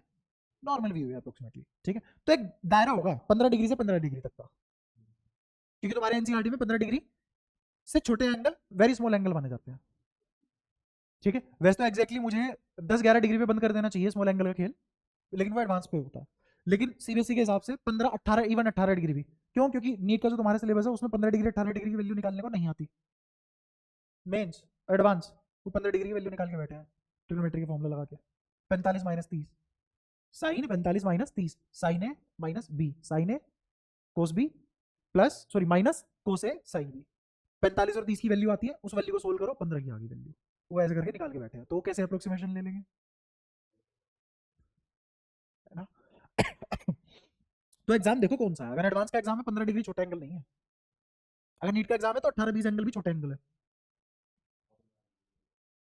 हाँ एडवांस में 10-11 डिग्री के आसपास वो बंद कर देता भाई साहब, क्योंकि वो 12 डिग्री की भी निकाल के बैठे हैं वैल्यू, है ना? अब सोचो 12 डिग्री कैसे निकाली होगी, ठीक है? 18 डिग्री की 12 डिग्री कैसे निकालनी होगी? खैर, तो वापस यहाँ आते हैं, हम बात कर रहे हैं नॉर्मल व्यू की। अब नॉर्मल व्यू का खेल खेलेंगे हम, तो सारी की सारी चीजें नॉर्मल व्यू से दिखेंगी, है ना? वो कैसे दिखेंगी समझना। एक और खास बात क्या होगी यहाँ पे, अगर मेरा आई और आर बहुत छोटे छोटे हैं तो मेरा साइन आई किसको अप्रोच कर जाएगा? Sine i will behave as tan i will behave as i, या आई लिखो या टेन आई लिखो साइन आई लिखो, तीनों में कोई फर्क नहीं पड़ेगा, तीनों एक ही बातें हो जाएंगी। ऐसे ही मेरा साइन आर के लिए भी क्या क्या बातें हो जाएंगी? टेन आर एक ही बात होंगी। तो मैं इसको ट्रिग्नोमेट्री से पीछे छुड़ाने के लिए ट्रिग्नोमेट्री को अलजेब्रा में कन्वर्ट कर रहा हूँ, क्योंकि अलजेब्रा में ही मुझे वेरिएबल चाहिए, ठीक है? तो अलजेब्रा में कन्वर्ट करते हैं इसको। मैंने इसको लिखा mu tan i into sine r. ठीक है, अब समझना क्या होगा।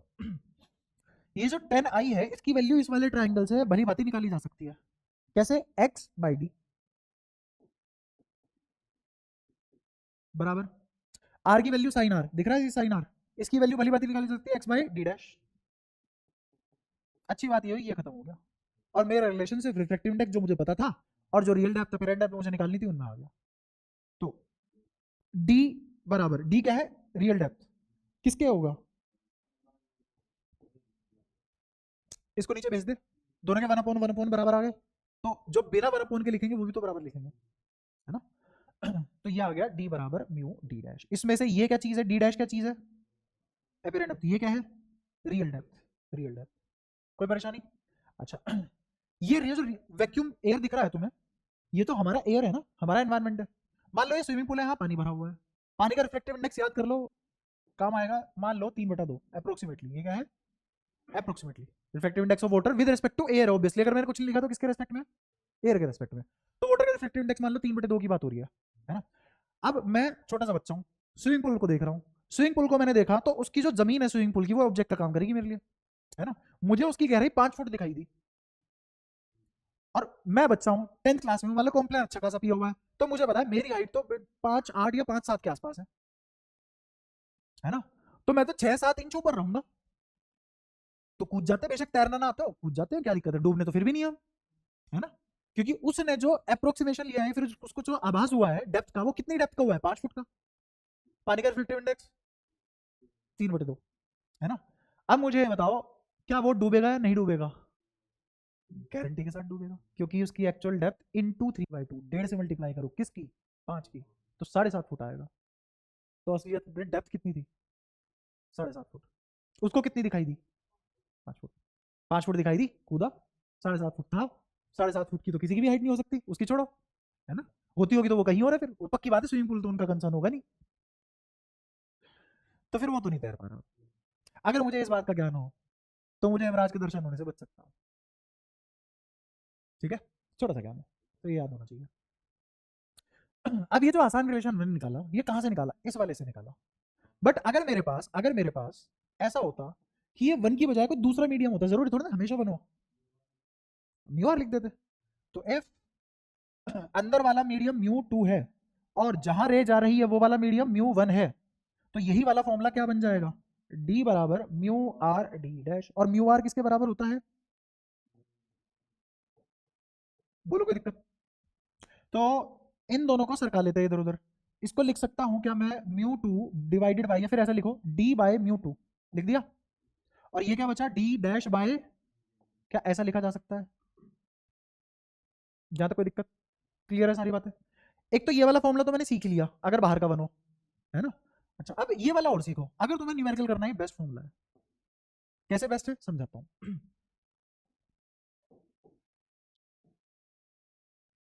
मान लो ये मीडियम 1 और ये मीडियम 2। मीडियम 1 से इस ऑब्जेक्ट को देखा तुमने, पहले तो मीडियम 2 से देखो, पहले किससे देखो? मीडियम 2 से। तो मीडियम 2 से इसको देखा, इस ऑब्जेक्ट को देखा, तो इसकी मुझे हाइट नजर आई h2। कब नजर आई? जब मैंने मीडियम 2 से देखा। अब जैसे तुम, वो बच्चा स्विमिंग पूल के अंदर कूद गया, अब थोड़ी ना उसे 5 फुट दिखेगा, अब तो 7.5 ही दिखेगा ना। कब दिखा उसे वो 7.5? जब वो उसी मीडियम में चला गया। सही बात है। अच्छा, लेकिन अगर ये म्यू 1 से देखता, अगर यही म्यू 1 से देखता, तो इसी ऑब्जेक्ट की हाइट कितनी देख पाता? ये h1 कितनी देख पाता? ऑब्जेक्ट यही है। क्लियर है? तो अब मुझे इन दोनों की रियलिटी को मैच करवाना है। मुझे ये बताओ, जो म्यू 2 वाला h2 देख रहा है, क्या वो झूठ है? नहीं, सच है। अगर मैं इस स्विमिंग पूल को हटा दूं और यहां भी एयर ले आऊं, तो ऑब्जेक्ट को कहां आना पड़ता? यहीं आना पड़ता, ऑब्जेक्ट यहीं होता फिर। तो अब मुझे किसके फ्रेम से ऐसे दिखाई देता? म्यू 1 से। अब मैं इसकी एक्चुअल डेप्थ देख पाता h1, है ना, क्योंकि ये शिफ्ट कर जाएगा, कौन? ऑब्जेक्ट। मीडियम बदलने से ऑब्जेक्ट शिफ्ट कर जाएगा। मैंने पानी हटा के क्या ले आया? हवा ले आया। पानी हटा के हवा लाते ही अब ये रियल डेप्थ बन जाएगी किसके लिए? मीडियम 1 के लिए। समझ आया? दोनों सच देख रहे हैं, झूठ कोई नहीं देख रहा। क्योंकि मैं जो भी देखूंगा अपने ही मीडियम में देखूंगा, चाहे मैं पानी में झांक लूं, चाहे मैं किसी भी चीज में झांक लूं। अगर मैं ऑब्जेक्ट दूसरे मीडियम में भी है तो भी मैं उसको अपने ही मीडियम में देखूंगा। समझ आता है? तो इसीलिए यहां से फॉर्मूला बना, यहां से फॉर्मूला क्या बना कि h1/μ1 इक्वल्स टू h2/μ2। ये है दोनों का सच। समझ आया?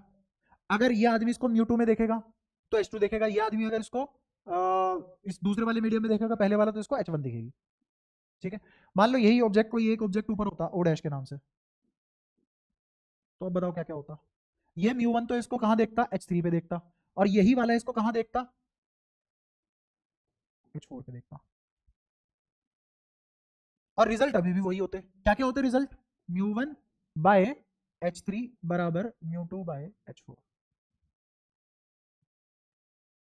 एक्चुअल में मैंने तुम्हें मीडियम कन्वर्जन पढ़ा दिया है, क्योंकि ये रिलेशन ऊपर हाइट लिखी है तो इसीलिए मैं ऊपर हाइट लिख रहा हूं। पलट दिया वो पिछले वाला, बात तो वही पड़ी। क्या पढ़ा दिया मैंने, मीडियम कन्वर्जन पढ़ा दिया। ठीक है, ये मीडियम कन्वर्जन कौन करता है, हम नहीं। कौन करती है, इलेक्ट्रोमैग्नेटिक वेव। इलेक्ट्रोमैग्नेटिक वेव तो सच है ना, तो ये दोनों बातें सच है। असलियत में ये जो रियल अपेरेंट है ये सिर्फ हमारे रिस्पेक्ट में है। असलियत में रियल अपेरेंट कुछ भी नहीं होता। ये जो D1 है ये किसकी दुनिया का सच है, एयर की दुनिया का सच है। ये जो D2, ये जो D बिना डैश वाला है ये किसका सच है, पानी की दुनिया का सच है, या दूसरे वाली मीडियम की दुनिया का सच है। दोनों अपनी मीडियम का सच देखते हैं, क्योंकि हम जो ऑब्जेक्ट देखते हैं वो सब के सब कैसे देखते हैं, बैक ट्रेस करके देखते हैं। सारे ऑब्जेक्ट हम अपनी दुनिया में कैसे देखते हैं, बैक ट्रेस, और बैक ट्रेस स्ट्रेट लाइन में होती है। अब जैसे तुम्हारा खोपड़ा उड़ाता हूं मैं कैसे, तुमने प्लेन मिरर में कोई भी चीज देखी, जैसे मान लो ये ऑब्जेक्ट पड़ा हुआ है, यहाँ रखा हुआ है प्लेन मिरर, तुम यहाँ पे देख रहे हो, क्या तुम्हें इस ऑब्जेक्ट की इमेज दिखाई देगी, हाँ, क्योंकि तुम फील्ड ऑफ व्यू में हो मिरर के, है ना। कैसे, यहाँ से एक रे जाएगी जो यहाँ टकराएगी, यहाँ से एक रे जाएगी जो यहाँ टकराएगी, तो इसका फील्ड ऑफ व्यू ऐसे बनेगा। क्या तुम फील्ड ऑफ व्यू में आ रहे हो, बिल्कुल, तो तुम्हें इस ऑब्जेक्ट की इमेज दिखेगी, दिखेगी।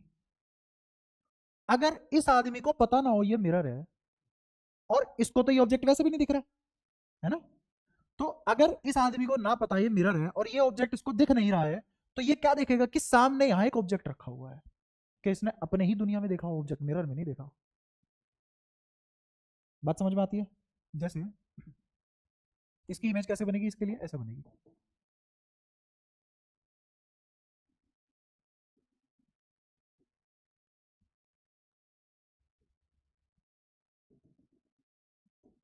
समझ आया? क्योंकि बैक ट्रेसिंग कैसे होती है, स्ट्रेट लाइन में होती है। तो इसने ये क्या देखा, ऑब्जेक्ट, इसी ऑब्जेक्ट को इसने यहां देखा। क्या अब इसने मिरर के पीछे देखा है या अपनी ही दुनिया में देखा है? इवन मिरर में भी हम अपनी दुनिया में देखते हैं चीजें, मिरर की दुनिया में नहीं। क्योंकि अगर हमें नहीं पता ये मिरर है तो हमारे तो ऑब्जेक्ट हमारे सामने रखा हुआ है। ठीक है, अब मुझे ये बताओ कि अगर इसको मैंने बता दिया ये मिरर है, तो ये इसको सच बोलेगा, इसको सच बोलेगा, ये फिर इसको सच बोलेगा, और उसको वर्चुअल बोलेगा। ये तो ये बोल रहा है ना, क्यों, क्योंकि इसने जो बचपन में दुनिया देखी है वो बिना शीशे की देखी है ना, तो इसको सिखाया गया कि बेटा ये सच है। असलियत में ये रियल है, ये इसका बिलीफ है,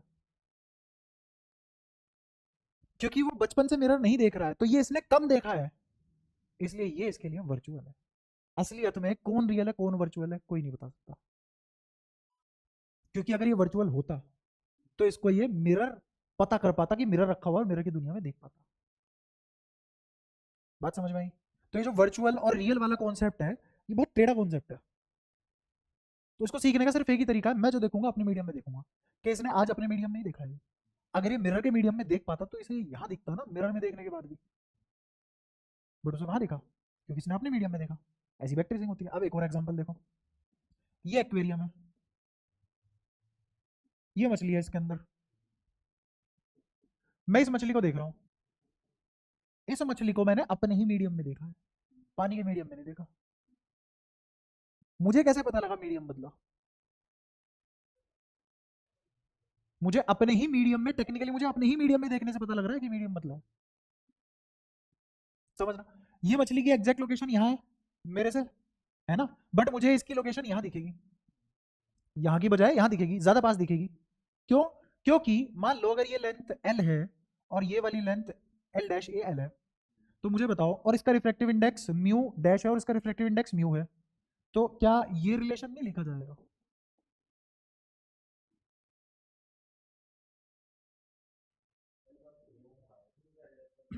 देखो, इससे यहां तक की दूरी और इसी की दूरी का रिफ्रैक्टिव इंडेक्स, बताओ क्या गलती है? यहां जाओ, देखो ये आदमी बाहर है, म्यू1 है, और इसने क्या देखा है, h1। तो इसके रिफ्रैक्टिव इंडेक्स और जो इसको दिखाई दे रहा है वो डिवीजन में आता है, यहां मैच करवाते हैं।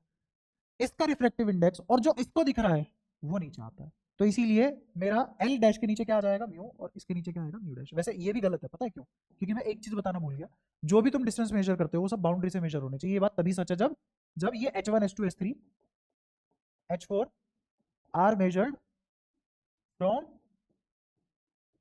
बाउंड्री, क्योंकि चेंजेस तो बाउंड्री से आने शुरू हुए हैं ना। मुझे बताओ, ये दूरी तो मेरे लिए उतनी की उतनी है, ये वाला इतना हिस्सा एल का ही तो छोटा हुआ है, पूरा हिस्सा थोड़ा छोटा हो गया एल का।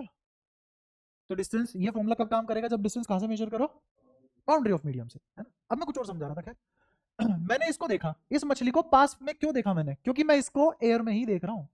पता होता क्या, होता ये कि जैसे मान लो लाइट यहां से यहां ट्रेवल कर रही है, लाइट यहां से यहां ट्रेवल कर रही है, तो लाइट इस पॉइंट पे भी है, इस पॉइंट पे भी है, और रिफ्लेक्ट होकर वापस ट्रेवल कर रही है मेरी आंखों में, इस मछली से, है ना। तो लाइट का चलना ही तो हमारी विजिबिलिटी है, फोटोन रुक नहीं सकता। और मुझे ये दीवार ऐसी की ऐसी दिखाई दे रही है हर मोमेंट, क्योंकि मेरे पास कंटिन्यूअस इन्फॉर्मेशन आ रही है। इस इन्फॉर्मेशन और अगली इन्फॉर्मेशन के बीच में कितना टाइम लैग है, 1/3 इंटू 10⁻⁸ ये तो लैग ही नहीं हुआ मेरे लिए, टाइम अप्रोचेस से जीरो है ना, तो टाइम लैग मेरे लिए है ही नहीं कुछ, इसीलिए मुझे चीजें कंटिन्यूअस दिखाई दे रही है, क्योंकि लाइट की स्पीड इतनी है। बट लाइट के चलने की वजह से तो दिखाई दे रही है चीजें, लाइट ना चले तो दिखाई भी नहीं देंगी चीजें। अगर इसी मोमेंट में सारे फोटोन फ्रीज कर दूं, सारी एनर्जी छीन लूं, उनकी काइनेटिक एनर्जी जीरो कर दूं, तुरंत बिल्कुल एकदम अंधकार आ जाएगा सामने, कोई फर्क नहीं पड़ता क्या पावर है, क्या दे रहे हो, कुछ भी दे रहे हो, तुरंत अंधे। हम अंधे नहीं हुए, हमारी आंखों में पावर है अभी भी, लेकिन लाइट ही नहीं है, देखोगे क्या, समझ में आया? अब सुनते रहना लाइट चली, इस वोटर में मीडियम की बदलाहट किससे पता लगेगी, स्पीड। तो क्या बदलेगा पानी में, स्पीड। समझ आया? तो लाइट यहां तेज चलती है और यहां धीरे चलती है, समझ आया? पक्की बात है। इस वोटर को हटाओ, एयर लगा दो, इस वोटर को हटाओ, एयर लगा दो, समझ पा रहे हो? तो मुझे जो ऑब्जेक्ट यहां दिखाई दे रहा था वो यहां दिखाई देने लग जाएगा एज इट इज। तो मैंने सारी की सारी दुनिया अपने ही मीडियम में देखी है, एक्चुअल में सारी की सारी दुनिया अपने ही मीडियम में देखी है। मछली पूरी की पूरी दुनिया अपने मीडियम में देख रही है, मछली को मैं यहां की बजाय कहां दिखाई दूंगा, यहां, क्योंकि मछली इस हवा को भी किसके अंदर देख रही है, पानी के अंदर। समझ में आया? तो जिस मीडियम में हम होते हैं सब कुछ उसी मीडियम के अंदर देखते हैं, और चीजें हमें डिफरेंट दिखाई देती है, वो स्पीड का बदलाव का वो एहसास होता है हमें कि हम मीडियम बदल चुका है। अब मीडियम, इसका एहसास किससे होता है इलेक्ट्रोमैग्नेटिक वेव को, स्पीड से। समझ आई ये सारी बातें? तो जो भी मैं देखता हूँ वो सब अपने मीडियम का सच देखता हूँ। तो मैंने जो ये अपेरेंट डेप्थ देखी है, यही मेरे मीडियम की रियल डेप्थ है, यही मेरे मीडियम की रियल डेप्थ है। अगर मैं इस पूरे के पूरे पानी को हटा के हवा ले आऊं, तो यही वाला ऑब्जेक्ट मुझे इतने पहले दिखाई पड़ जाता, क्योंकि स्पीड बढ़ जाती है लाइट की, पानी के अंदर घट जाती है। तो क्या तुम नहीं देख रहे कि अगर मैं पानी हटा के एयर ले आऊं तो ये ऑब्जेक्ट मुझे इतना पहले दिखाई दे जाएगा टाइम फ्रेम में? तो इसका मतलब मैं देख तो सच ही रहा हूं, बस अपने मीडियम का, क्योंकि मेरा मीडियम ये है। और जो इंसान यहाँ है वो भी सच ही देख रहा है, बट वो अपने मीडियम का सच देख रहा है। क्लियर हुआ? अब अगर पानी वाला आदमी इस ऑब्जेक्ट को देखेगा तो उसको यहां दिखेगा, क्यों? क्योंकि अगर मैं ये एयर हटा के पानी लगा दूं तो अब मुझे यही ऑब्जेक्ट इतने टाइम लैग बाद दिखेगा, क्योंकि स्पीड धीरे हो चुकी है लाइट की। तो अपने मीडियम का सच देख रहा है, तो ये इस ऑब्जेक्ट को यहां देख रहा है, पास से दूर। क्लियर हुआ? और ये जो पास से दूर वगैरह जो दिखता है, इसी चीज का नाम रखा गया शिफ्टिंग, इसी चीज का नाम रखा गया शिफ्टिंग। और ये न्यूमेरिकल में क्यों बढ़िया काम आ जाता है फॉर्मूला, सुनना ध्यान से। वैसे ये है फॉर्मूला तो, है ना। हाइट की तरह लो उन चीजों को। जैसे मैं एक एग्जांपल देता हूं, मैंने कहा कि मैं यहां से इस ऑब्जेक्ट को देख रहा हूं, इसका रिफ्रैक्टिव इंडेक्स है मान लो 2/3, और इसका रिफ्रैक्टिव इंडेक्स है 3/4। बाउंड्री से यहां तक की हाइट है 10 मीटर। मुझे बताओ ये ऑब्जेक्ट मुझे कितना गहराई में दिखाई देगा?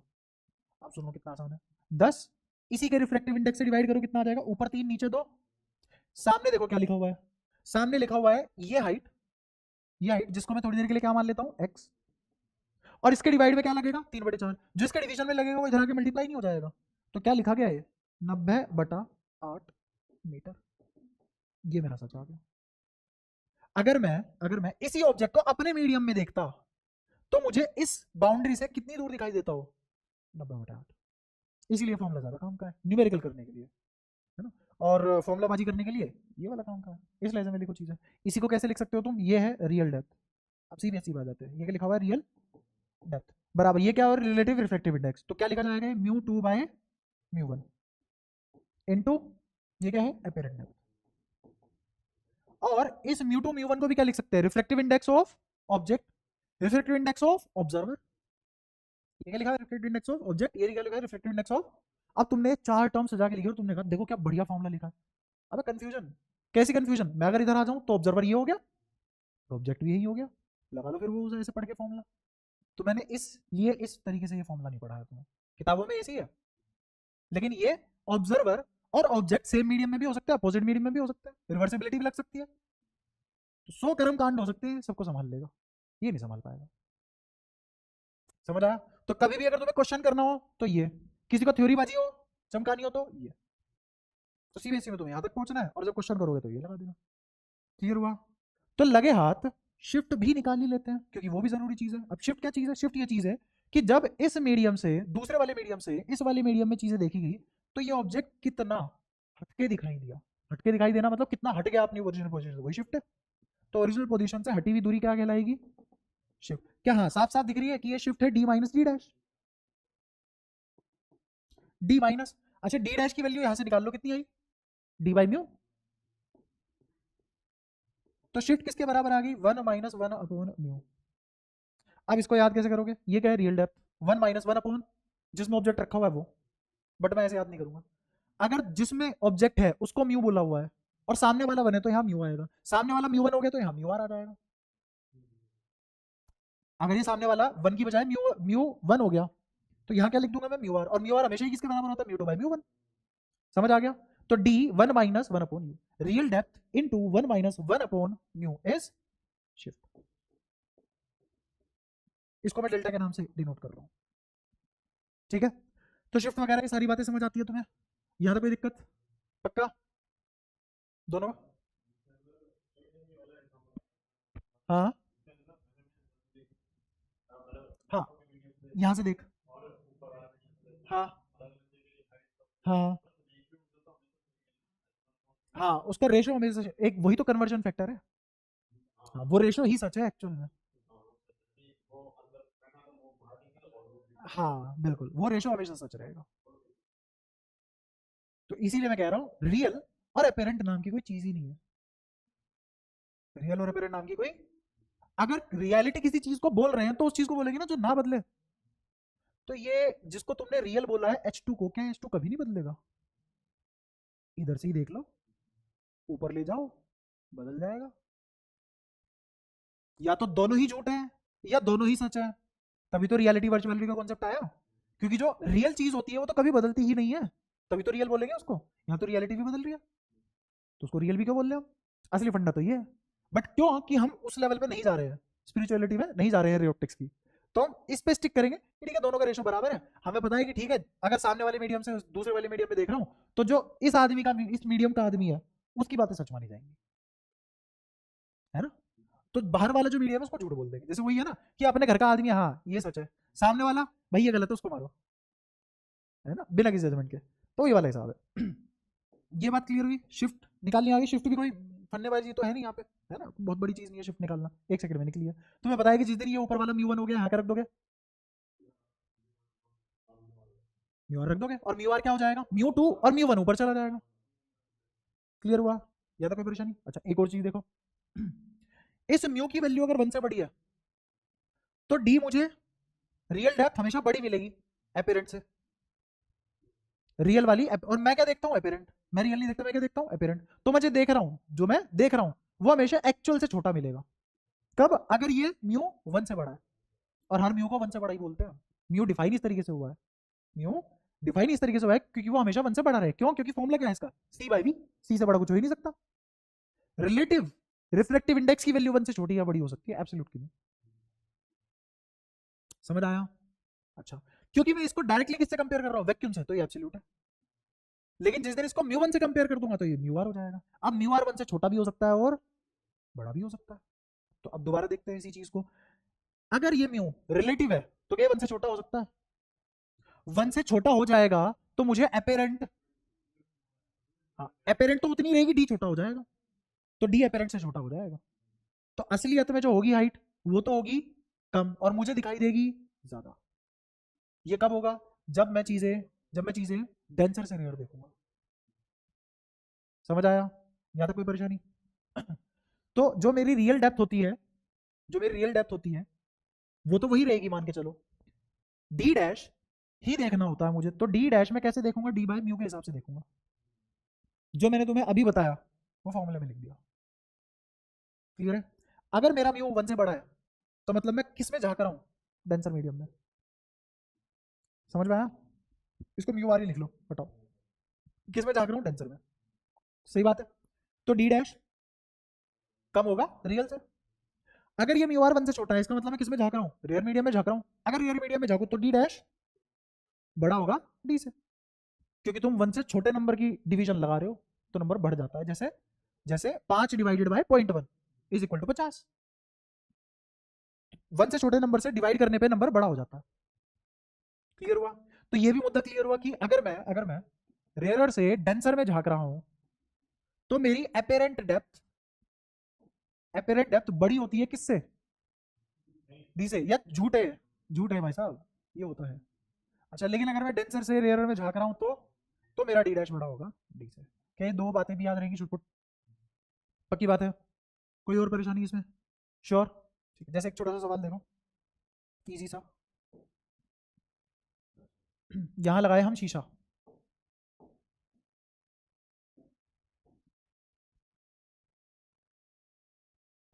प्लेन मिरर, ये बाल्टी,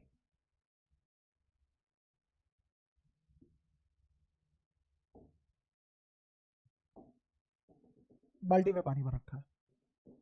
पानी नहीं कुछ भी हो, इसका रिफ्रैक्टिव इंडेक्स नहीं हुआ, बाहर वाले का 1 है।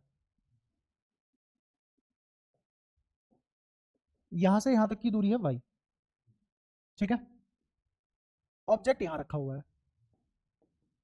ये दूरी है d। मिरर में इस ऑब्जेक्ट की इमेज कितनी दूरी पे दिखाई देगी? ये छोटा सा सवाल हो गया, सोचने वाला कुछ है नहीं इसमें। देखो फटाफट मुझे बताओ, ये वाली बाउंड्री तो इसको मिरर को y पीछे ही दिखेगी, ये वाला पॉइंट तो मिरर को y पीछे ही दिखेगा, लेकिन ये वाला पॉइंट मिरर को इतनी दूरी पे दिखाई देगा y से ऊपर। ये दूरी बताओ कितनी हो जाएगी? d डैश, जो किसके बराबर होगी? d by mu. सही बात है? ऊपर आ जाएगा, तो ये कितना ऊपर और दिखाई देगा? d बाय म्यू ऊपर और दिखाई देगा। तो टोटल कितना हो जाएगा? ये y plus d by mu behind mirror. यहां बनेगी image, I forms y plus d by mu behind the mirror. Easy? कोई और परेशानी? पक्का? अच्छा, शिफ्ट कितनी? या रुको रुको रुको, मैं अच्छे लहजे में पूछता हूँ एक और सवाल। अगर मैं पानी हटा के एयर लगा दूं, पानी हटा के एयर लगा दूं, तो मुझे क्या शिफ्टिंग देखने को मिलेगी? पानी हटा के एयर लगा दी तो क्या शिफ्टिंग देखने को मिलेगी? अभी तो ये सच हो जाएगा ना उसकी बात। ये पॉइंट क्यों ऊपर उठा? क्योंकि ये आदमी इस पानी वाली चीज को भी एयर में देख रहा है। तो अगर मैंने पानी हटा के एयर लगा दिया तो यही तो सच बन जाएगा। तो ये ऑब्जेक्ट असलियत में कहां रखा मिलेगा उसे? कितने ऊपर रखा मिलेगा? D 1 minus 1 upon mu. यही तो शिफ्ट है। अब मैंने पूछी शिफ्ट ही थी, लैंग्वेज देखो कितनी खतरनाक रख दी। समझ में आया? तो इसीलिए क्वेश्चन की लैंग्वेज वो टफ बना सकता है। हाँ, हाँ, पानी के मीडियम से तो फिर मुझे एक्चुअली यही दिखाई देगा। अगर मैं ऊपर भी पानी भर दूं, सुनने ध्यान से, अगर मैं ऊपर भी पानी भर दूं तो इस ऑब्जेक्ट में क्या शिफ्टिंग आएगी? जीरो। अब आएगी जीरो, वही रहेगा, क्योंकि पानी के मीडियम से ही तो ये डी नीचे दिख रहा है। तो अगर मैं ऊपर तक पानी भर दूं तो अब मुझे ये ऑब्जेक्ट कहां दिखाई देगा मिरर में? y plus D, y plus D. है ना।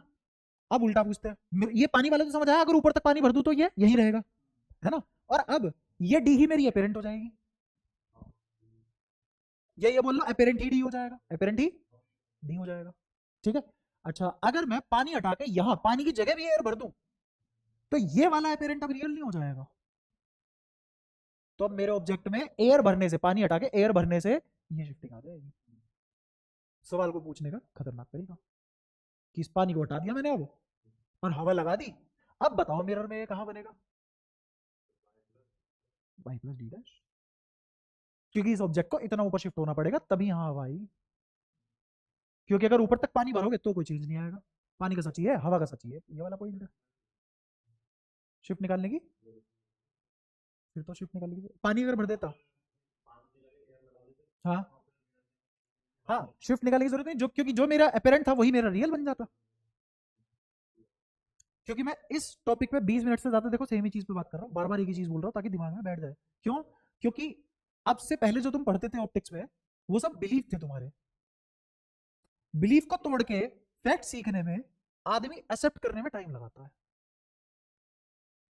ऐसा नहीं है, समझ तो तुम्हें पहली लाइन में आ गया था, बट अब धीरे धीरे क्या कर रहे हो, एक्सेप्ट कर रहे हो उन बातों को। हाँ है तो सच कि अगर मैं पानी हटा दूं और एयर लगा दूं तो ऑब्जेक्ट यहां नहीं, ऑब्जेक्ट यहां जाएगा मेरी दुनिया में, और अगर ऊपर तक पानी भर दूं तो ऑब्जेक्ट यही रहेगा। तो दो सवाल कैसे बने, पानी को ऊपर तक भर दिया मिरर तक, तो अब मिरर में इमेज कहां बनेगी, y plus d, y plus d. और अगर पानी हटा के एयर लगा दी तो वाई प्लस डी डैश। समझ आया? अब नॉर्मल बच्चा कैसे सोचेगा इसी सवाल को, समझाता हूं। किसी ने कहा कि पानी हटा दो और एयर लगा दो, तो अब बच्चा पता क्या सोचेगा, ऑब्जेक्ट ये रहा, जितना आगे है ऑब्जेक्ट मिरर में उतना ही पीछे बनेगा। अभी तो पानी भरा क्यों था उसने, पागल आदमी। समझ आया? तो वो क्या निकाल के आएगा, वाई प्लस डी, और वो हो जाएगा गलत। असलियत में आंसर क्या है, वाई प्लस डी डैश, अगर एयर लगा दी। ये एयर वाला कब समझ में आता है, जब पानी वाला भर के देखो, क्योंकि जब पानी भरने के बाद इमेज वाई प्लस डी पे बन रही है तो एयर भरने के बाद वाई प्लस डी पे तो नहीं बनेगी। समझ आया? पक्का समझ आ रहा है? मैं इनफ टाइम दे चुका इस चीज को, अब तो पच गई ये बात, क्योंकि इसके बाद मुझे एक और चीज पढ़ानी है ना। मान लो तुम चीजों को देख रहे हो, मैं इस दीवार को देख रहा हूँ, बीच में किसी ने आग लगा दी, अब वो दीवार मुझे यूं करती हुई दिखाई देगी, ये क्या बदतमीजी है, ये भी तो समझाना है, तो उसके लिए ये सब बातें करनी पड़ेगी। ठीक है, का नजरिया बदलना पड़ेगा, फॉर्मूला तो देखो ड्राइव कर लेते हैं। तुम्हें क्या लग रहा है, जिस आदमी की मैथ्स एडवांस लेवल तक की स्ट्रॉन्ग है उसको दिक्कत है क्या ये सब ड्राइव करने में? ड्राइव करना मेरा कभी पॉइंट ही नहीं रहता, मेरा पॉइंट ही रहता है कि ये किया ही क्यों। ये तो मैथ बहुत आसान है, इस मैथ्स में समझाने में क्या टाइम है। तो अगर डेरिवेशन डेरिवेशन ही करनी हो आज की क्लास में मेरे से पूरा चैप्टर ले लो, बट बातें भी तो समझनी जरूरी है। न्यूमेरिकल तभी सोल्व होंगे, वो तुम्हें पता लगेगा जब मैं एडवांस में करके न्यूमेरिकल बना दूंगा, ये सारी बातें मैं रिलेट करूंगा मैं। और मैं न्यूमेरिकल बाद में क्यों करा रहा हूँ उसका एक बहुत बढ़िया रीजन है, क्योंकि पहले मैं 11th भी करा दूंगा, 12th तुम्हारी हो चुकी है, थ्योरी एडवांस लेवल पे हो चुकी है, 11th की भी थ्योरी एडवांस लेवल पे हो जाएगी। अब उसका फायदा पता है क्या रहेगा, मान लो मुझे रे ऑप्टिक्स में रोटेशन के कॉन्सेप्ट की जरूरत पड़ गई, मुझे मान लो वेव ऑप्टिक्स में मोमेंट ऑफ इनर्शिया की जरूरत पड़ गई, मान लो मुझे मैग्नेटिज्म में ग्रेविटेशन की जरूरत पड़ गई, तुमने पढ़ी ये थ्योरी, तुम रिलेट कर सकते हो। क्योंकि एडवांस का सवाल ऐसा नहीं है कि मैग्नेटिज्म का एडवांस का सवाल नहीं, मैग्नेटिज्म का ही नहीं, उसमें मैग्नेटिज्म में आखिरी में एक फॉर्म, वो जो तुम्हें ग्रुप पे सॉल्यूशन भेजा था मैंने म्यू इफेक्टिव का, तो जैसे अगर तुमने नहीं पढ़ा एसएचएम वगैरह और वो सब उस लेवल पे नहीं पढ़ा, उस सवाल का सॉल्यूशन भेजा हुआ है तुम्हें, और बहुत अच्छा खासा भेजा हुआ है, एक एक चीज एक्सप्लेन करके, अभी भी समझ के दिखा दो। वो क्यों समझ पाएगा, उसे पढ़ाया हुआ है वो सब। तो अब वो ऐसा सवाल कैपेसिटर का मैं कब करा पाऊंगा, जो तुम्हारा एसएचएम तुम्हें अच्छे से आता हो, म्यू इफेक्टिव कैसे निकालते हो वो अच्छे से आता हो, तुम्हें D you by D x को डिफरेंशिएशन को जीरो करके डबल डेरिवेटिव को क्यों इफेक्टिव बोल देता हूँ, ये सब आता हो। है ना, सवाल बहुत बढ़िया था वो, क्योंकि उसने मिनिमम पूछा था ना, तो अब मिनिमम तो ये होगा डी जीरो कर दो, बट डी जीरो करने पे कैपेसिटर भी तो खत्म हो रहा है, क्योंकि फोर्स अट्रैक्टिव है। तो मुझे फोर्स को ऐसा फंक्शन बनाना पड़ेगा कि डी एक पर्टिकुलर लिमिट से छोटा हो तो फोर्स रिपल्सिव हो जाए। कहां से लाओगे इतना दिमाग एकदम, ये तो तभी आ पाएगा जब तुमने पूरी 11वीं और 12वीं की थ्योरी बहुत स्ट्रॉन्ग हो तुम्हारी। ठीक है, क्योंकि समय कम है तो काम भी उसी हिसाब से करना पड़ेगा। तो वही तुम्हारा अक्टूबर अक्टूबर में मेरा मूड है कि जैसे तैसे मेहनत करवा करोगे सुबह शाम जैसे बुला के, अक्टूबर से पहले पहले तुम्हारा 11th की भी एडवांस लेवल की थ्योरी हो जाए। फिर क्वेश्चन करेंगे भर के, चैप्टर 1 उठाया, क्वेश्चन करें, डिस्कस करूंगा तुम्हारे साथ। जब क्वेश्चन कराऊंगा तब अगर मुझे जरूरत पड़ेगी तुम ये थ्योरी भूल चुके हो तो अलग से बता दूंगा। रिवीजन की रिवीजन हो गई, क्वेश्चन प्रैक्टिस हो गई। अब मुझे ये भी डर नहीं है कि यार ये वाला क्वेश्चन तो उन 3 चैप्टर से रिलेट हो रहा है, वो वाले तो मैंने पढ़ा ही नहीं, जबकि तुम्हारे वो पढ़ा रखे हैं मैंने, तो तुम बढ़िया तरीके से रिलेट कर पाओगे। लेकिन उससे लिए तुम्हें स्पीड बढ़ानी पड़ेगी चीज़ों की बहुत ज़्यादा। अच्छा अब ये वाली बात अगर तुम्हारी क्लियर है तो इसको एक थोड़ा सा एक और लेवल अप पे लेके जाते हैं। लेवल अप क्या, वो तो मैथमेटिकल एक्सप्लेनेशन है, खैर इजी है। अब मैं मान लो बहुत सारे मीडियम ले लूँ एक के बाद एक धड़ल्ले से, यहाँ एक मीडियम, यहाँ एक मीडियम, यहाँ एक मीडियम, यहाँ एक मीडियम, यहाँ एक मीडियम, ऐसे बहुत सारे मीडियम है, और ये आदमी यहाँ से देख रहा है हवा से, ठीक है। ऑब्जेक्ट यहाँ रखा हुआ है, ऑब्जेक्ट यहाँ रखा हुआ है, ये असलियत में डेप्थ है d1, रिफ्रैक्टिव इंडेक्स है μ1, ये रियल डेप्थ यहाँ से लेके यहाँ तक की, क्योंकि अगर इस मीडियम इसके अंदर जाके ही तो मुझे सच देखना पड़ेगा इस मीडियम का, तो इस मीडियम के अंदर अगर कोई आदमी बैठा हुआ है तो यहाँ से लेके यहाँ तक की बाउंड्री के बीच की दूरी d2 है, और वही सी मीडियम का सच है, और उसी को हम एक्चुअल में रियल डेप्थ बोलते हैं। ऐसे निकाली जाती है d2 उसी मीडियम के अंदर जाके, और इसका रिफ्लेक्टिव इंडेक्स μ2 क्यों डिफाइन किया गया, क्योंकि सामने वाला अगर इसको देखे इस वाले मीडियम को जो इस मीडियम में नहीं है, अगर वो आदमी इसी मीडियम को देखे तो क्या फैक्टर लगा के है, समझ आया।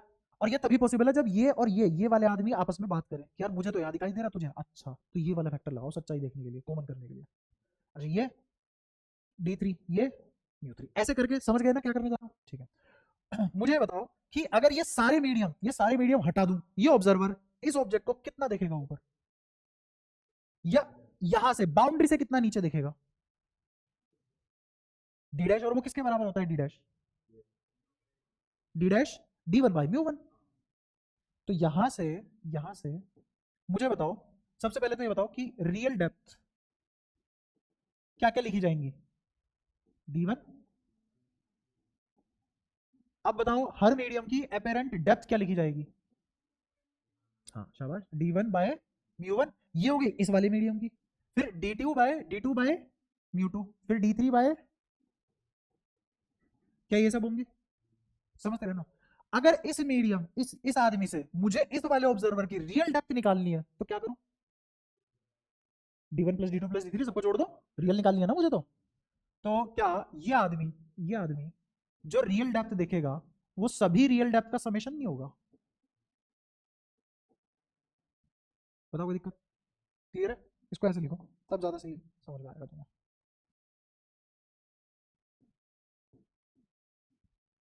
तो बहुत बदतमीजी, अरे देख रहे हो स्विंग करता हुआ आया, टेक्नोलॉजी पहुंची नहीं है अभी वहां जहां चाह रहे हैं, कोई गरीब तो हम भी है, चला लेंगे काम। ऐसे देखो इसको, अब नजर आया, ठीक है। अब मैं तुमसे पूछ रहा हूँ कि सारे मीडियम हटा दूं, इसकी अपेरेंट डेप्थ निकालो, क्या निकल के आएगी, d1 बाई μ1, इसकी अपेरेंट डेप्थ क्या निकल के आएगी, बाकी सारे मीडियम हटा दो, इस ऑब्जर्वर को अगर इस ऑब्जेक्ट की इन दो मीडियम के थ्रू अपेरेंट डेप्थ देखनी है तो इसकी अपेरेंट डेप्थ इसकी अपेरेंट जोड़ दो। तो मुझे बताओ ये जो अपेरेंट डेप्थ मीडियम 1 की देखेगा वो देखेगा d1 बाय, और जो देखेगा दूसरे वाले मीडियम की वो होगी d2 बाय, क्या ऐसे सभी अपेरेंट डेप्थ जोड़ दूं तो क्या टोटल अपेरेंट डेप्थ ये देखेगा, ये सभी का समेशन, सही बात है। अच्छा अब शिफ्ट की बात करते हैं, मुझे बताओ यहाँ शिफ्ट कितनी होगी, ऑब्जेक्ट कितना शिफ्ट होगा ऊपर, ऊपर कितना शिफ्ट होगा,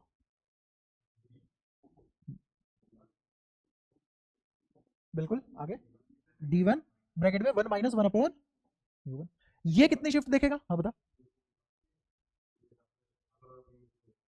नहीं म्यूटू से नहीं, यहां से देख रहा हूं, सारे मीडियम हटा दिए, सिर्फ ये वाला मीडियम एयर से कितनी शिफ्ट देता, सुनना ध्यान से। लोग क्या करते हैं सवाल करने के लिए इस मीडियम को इस मीडियम से रिलेट करते हैं, खत्म, वही खत्म है खेल, क्योंकि इसको इससे रिलेट करके जो फैक्टर आया उस फैक्टर को इस वाले से रिलेट करो, पगला जाओगे भाई साहब।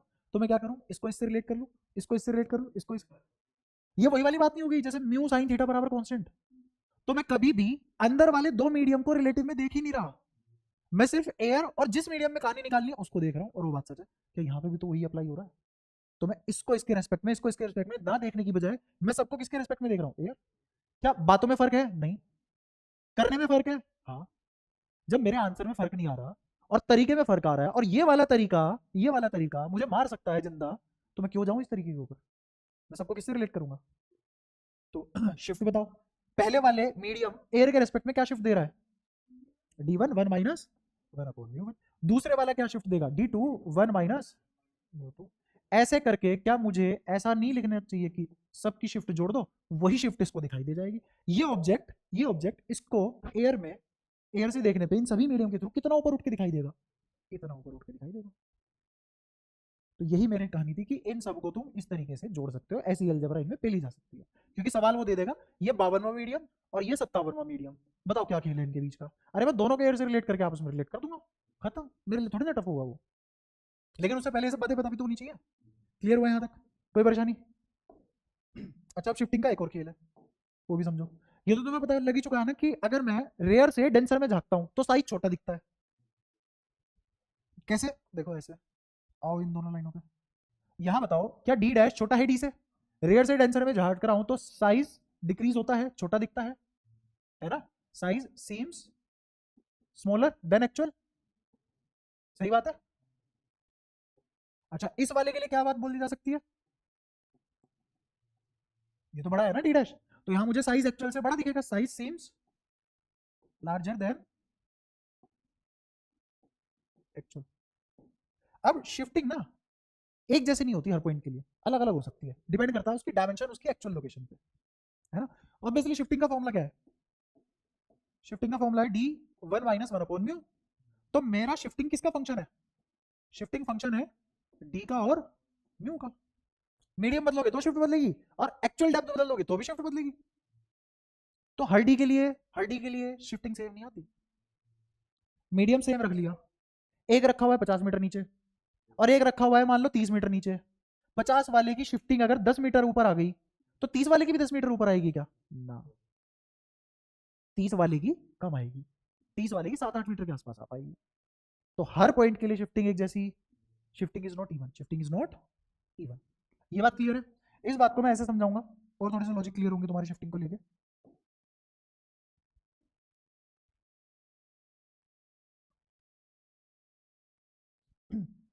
ये बाउंड्री ऑफ मीडियम, यहां मान लो अभी फिलहाल तो ले रहा हूं 1 और यहां ले रहा हूं म्यू। इस मीडियम से इस मीडियम में ऑब्जेक्ट देखेंगे, ठीक है? तो पहला ऑब्जेक्ट मैं देखूंगा क्यूब,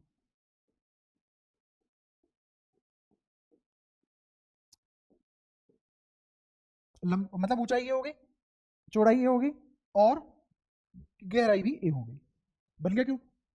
इस मीडियम से अगर इस मीडियम में आदमी देखे इसको, तो एक और चीज याद रखना, इस हॉरिजॉन्टल लेवल के, इस हॉरिजॉन्टल लेवल के बाउंड्री के पैरेलल जितने भी पॉइंट है उनमें कोई शिफ्टिंग नहीं आती। जैसे ये जो ऊपर छत है ये इसके पैरेलल है, किसके? बाउंड्री के। अच्छा, नीचे वाला भी, तो इनमें कोई शिफ्टिंग, ऐसा क्या? मैं बता देता हूँ, सुनना ध्यान से।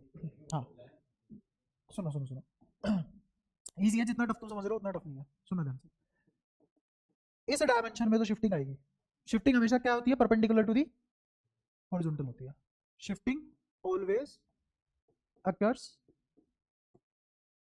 परपेंडिकुलर टू बाउंड्री, बाउंड्री के पैरेलल कोई शिफ्टिंग नहीं आती। ऐसा नहीं है ये दूरी ए है तो यहां शिफ्टिंग आ जाएगी और ये छोटा हो जाएगा, ये गलत है।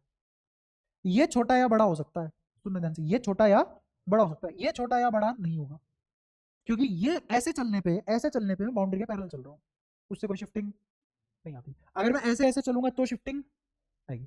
तो मुझे बताओ इसका अभी फिलहाल वॉल्यूम क्या है? ए क्यूब। मुझे बताओ इस वाले ए में कोई शिफ्टिंग आएगी, इस वाले ए में, इस वाले ए में कोई शिफ्टिंग आएगी? इन दोनों में कोई शिफ्टिंग नहीं है। क्या इस वाले में शिफ्टिंग आएगी? हाँ, इस वाले में आएगी। ये क्या हो जाएगा शिफ्ट होके? A dash. क्या हो जाएगा? A dash. तो मुझे बताओ ये क्या लिखा जाएगा? v equals to a square into a dash, और ए डैश किसके बराबर होता है? A by mu. तो ये क्या लिखा जाएगा? ए क्यूब बाई म्यू, और ए क्यूब तो पुराने वाला वॉल्यूम है, तो v डैश बराबर v बाय म्यू। कोई दिक्कत? यहाँ तक कोई परेशानी? तो इस तरीके से होती है शिफ्टिंग। अच्छा, ऐसे ही तुम क्या मुझे स्क्वायर के लिए पढ़ा सकते हो सारी बातें? ये स्क्वायर ए ए, बताओ क्या क्या होगा? क्या इसमें कोई शिफ्टिंग आएगी? इसमें शिफ्टिंग आएगी? तो अच्छा, ये अब क्यूब क्या बाहर वाले को क्यूब दिखाई देगा ना, क्योंकि इसका फेस, ऊपर वाले और नीचे वाले फेस, वो फेस जो इस बाउंड्री के पैरेलल है, उनमें तो कोई बदलाव नहीं आया, बट क्यूब की हाइट तो बदल गई और छोटी हो गई, तो अब ये क्यूब क्यूब बचा है, क्यूबॉइड बन गया, क्यूबॉइड बन गया। तो ये क्या हो गया? क्यूबॉइड। तो क्यूब बाहर वाले को जो एक्चुअल में क्यूब है वो पानी के अंदर क्या दिखाई देगा? ये सब भी होता है, ठीक है? अच्छा, ये स्क्वायर क्या दिखाई देगा? रेक्टेंगल। क्या ये लिखने की जरूरत है कि इसका एरिया क्या हो जाएगा? ए बाय म्यू। किसकी वजह से हुआ? एक इस वाले ए की वजह से हुआ है बस। जैसे मान लो ये कोई रोड ली मैंने, यहां से ये वाला एंड y1 दूरी पे है और ये वाला एंड y2 दूरी पे है, और अब बाहर से इसको देखा जाए तो इसमें क्या शिफ्टिंग आएगी?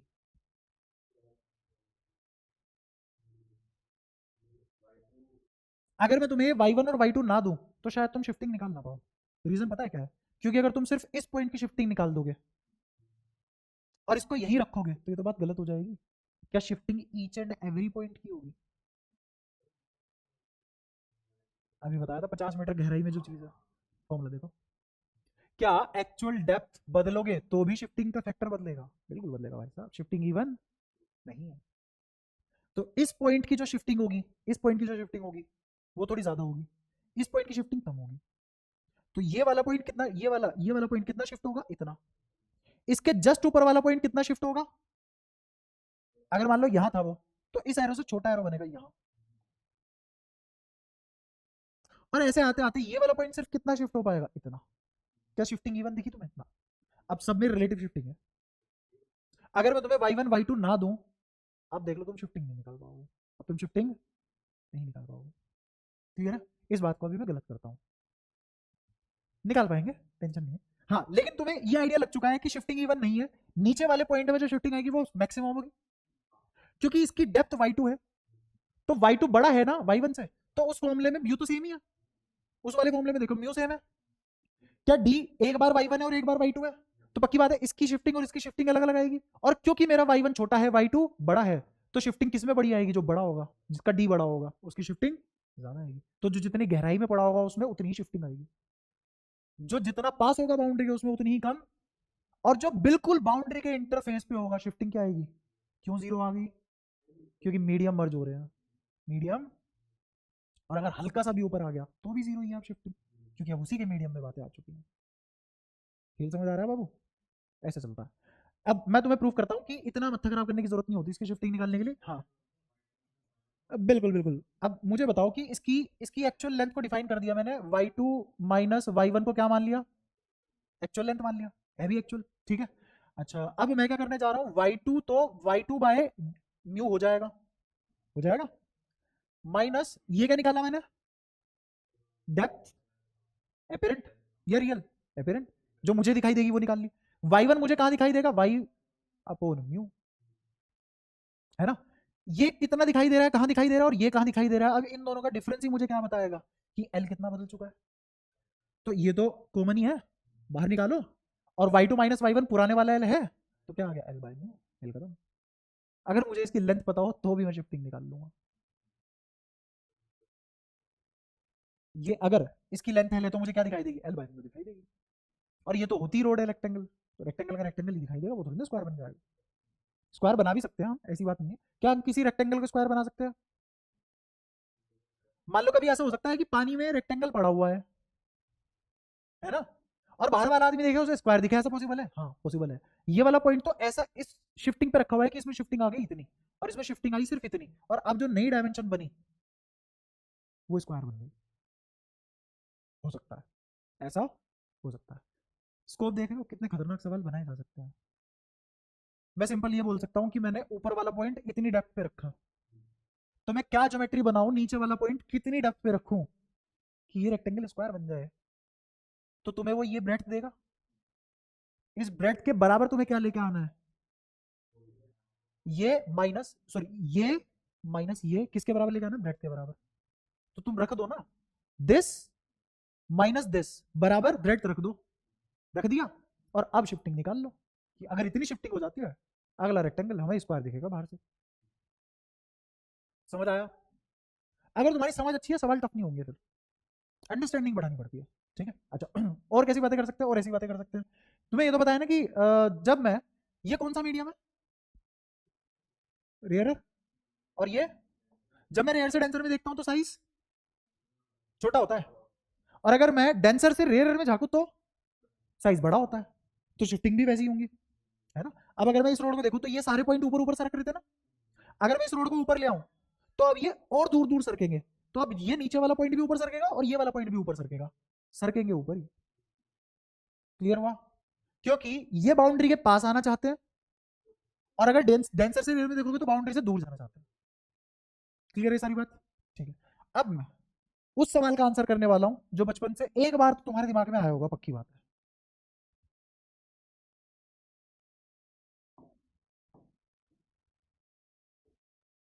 दिखाई दे रहा है ना अभी?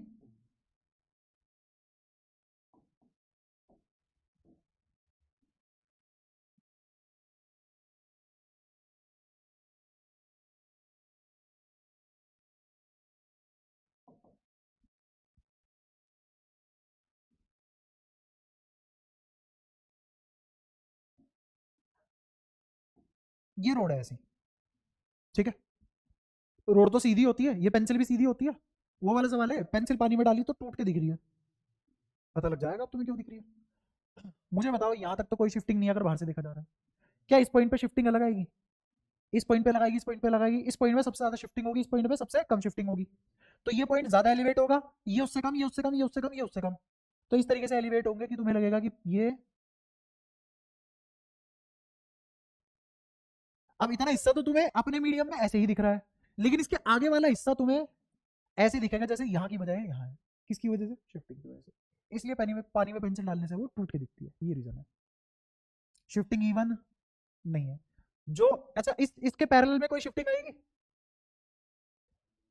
इस डायरेक्शन में कोई शिफ्टिंग, शिफ्टिंग सिर्फ इसमें होगी, वर्टिकल डायरेक्शन में। शिफ्टिंग किसमें होगी? तो एक्चुअल में ये ऐसा भी नहीं बनेगा, एंगल आना ही नहीं चाहिए। एंगल आने का तो मतलब है दोनों डायमेंशन में शिफ्टिंग हुई है, एक्स में भी और वाई में भी। शिफ्टिंग सिर्फ वाई में हुई है। तो एक्चुअल में कैसा बनना चाहिए? एक्चुअल में देखो ऐसे बनेगा, क्योंकि सिर्फ और सिर्फ शिफ्टिंग किस में आनी चाहिए?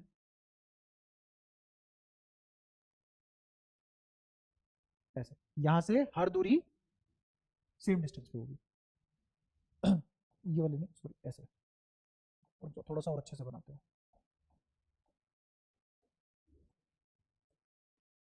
इसके पैरेलल खींचो लाइन यहां, और छोटे इसके पैरेलल। फिर इस वाले, ये दिख रही है ये वाली लाइन, इसके पैरेलल यहां खींचो।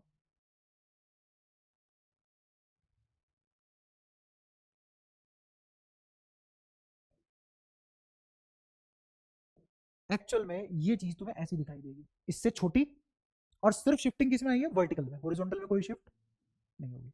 तो वो तभी पॉसिबल है जब ये ऐसे बने, इसलिए वो एग्जैक्टली ऐसे टूट के दिखाई देती है अलग। क्लियर हुआ? यहां तो कोई परेशानी? अच्छा, ये इधर की तरफ क्यों नहीं टूटी, बाहर की तरफ क्यों टूटी? हाँ, क्योंकि रेयर से डेंसर में जा रहे हो, अवे फ्रॉम द नॉर्मल। ऐसा? अब समझो, तुम जो देख रहे हो वो ये वाला हिस्सा देख रहे हो ना? तो तुम्हारे लिए रे कहां से चल के गई है? डेंसर से। कौन सा प्रिंसिपल? रिवर्सिबिलिटी। जैसे शुरुआती हमारी इसी हुई है, देखो ये है ना ऑब्जेक्ट, तो तुम यहाँ हो, तो रे कहां से चल के गई है? डेंसर से। तो तुम तो इसको बैक ट्रेस करोगे ना, समझ आया? तो तुम इसको बैक ट्रेस करोगे ना, इस वाले, इस वाले पॉइंट, इस वाले पॉइंट से जो रे चलेगी वो तो तुम्हारे लिए ऐसे चलेगी ना, और तुम्हें ये वाला पॉइंट कहां दिखाई देगा? बैक ट्रेस होके, जैसे यहाँ हो तुम, तो तुम इस वाले पॉइंट को कहां देखोगे? यहाँ। तो इसीलिए हटके दिखाई देगी यहाँ से, इसी को तो बोलते हैं नॉर्मल से दूर भाग के दिखना। तो इसीलिए ऐसे बाहर की तरफ हटके दिखी।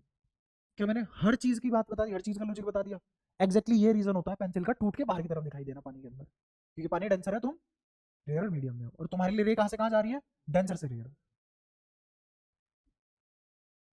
क्लियर है? तो वो टूटी हुई पेंसिल तो पक्की बात है झूठ है। ये तो तुमने बचपन से सीखा ना कि पेंसिल जब वापस निकालते हैं तो वो अंदर भी जुड़ी हुई रही होगी, है ना? लेकिन क्या वो जो तुमने देखा झूठ था? वो भी सच ही था। बस तुम पानी के अंदर अपना मीडियम ढूंढ रहे थे। हम्म। हम्म। हाँ। हाँ, दोनों ही ऐसे। वही क्यों काम कर रहे हैं ऐसे? प्रिंसिपल ऑफ रिवर्सिबिलिटी, बात तो एक ही है। अच्छा, अब मैं तुम्हें बताता हूँ कि तुम दोनों ही चीजों को सच देख रहे हो, बट अभी भी दिल नहीं मान रहा, एक को तो अभी झूठ बोलने का मन कर रहा है। असलियत में यहाँ समय झूठा है, टाइम। ये सारा खेल किसकी वजह से हो रहा है? टाइम लैग की वजह से हो रहा है। रे की स्पीड बदली है, स्पीड बदलने से क्या हुआ, v equals to d by t, v equals to d by, अगर तुमने अपनी दुनिया का टाइम सेम रखा तो पक्की बात है v बदलने पे तुम्हारा डी भी बदलेगा, इसीलिए सारी डायमेंशन बदल रही है, क्योंकि तुम समय सेम रख रहे हो, टाइम सेम रख रहे हो। अगर तुम्हें ये सारे पानी के अंदर भी सच देखने, अपने मीडियम जैसे देखने हैं पानी के अंदर भी, तो इस टाइम को भी बदलने दो, जिस प्रपोर्शन से डी और टाइम बदलेंगे उस प्रपोर्शन से वी बदलना चाहिए, तुम्हारे लिए वही बातें सच रहेंगी, क्योंकि तुमने अपना और इसका टाइम सेम रखा है। तुम अपने मीडियम में जितने समय में चीजें देख रहे हो उतने समय में इसमें देख रहे हो, और वी बदल चुका है, टाइम फिक्स हो चुका है, तो डी ही बता बदलने को, बदल गया सबका। आया मजा?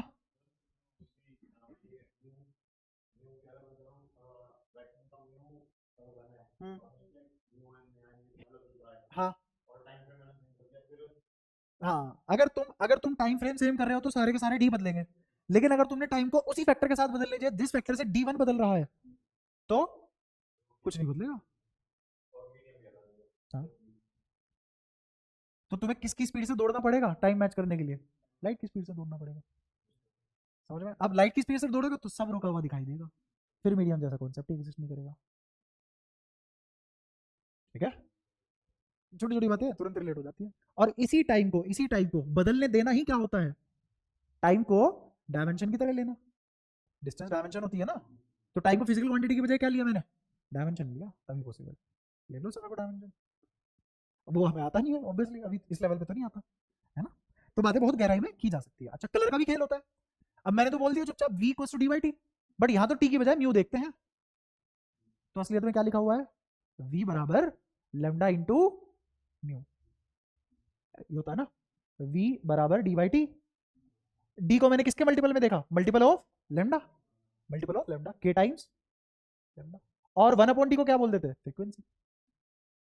ये के वन हो जाता है अगर ये सी कर दूं, और ये के वन से छोटा होता है अगर अगर मीडियम बदल जाए, है ना, तो ये के कैसा है यहाँ पे, या फिर एक काम करो के से डिवाइड कर लो और के को वन से बड़ा रखो, और ये लिख दो म्यू, समझ आया? अब मुझे बताओ, तुमने फ्रीक्वेंसी तो सेम रखने की कोशिश करी, स्पीड बदल दी है, तो लेमडा भैया तो बदलेंगे, बात समझ में आई? तो इसीलिए पानी के अंदर कलर चेंज होता हुआ नहीं दिखाई दिया, लेमडा चेंज होता हुआ दिखाई दिया, ये असली बात। अगर तुम इसको भी बदलने के लिए छोड़ दो, तो अब डिपेंड करता है फैक्टर क्या आया।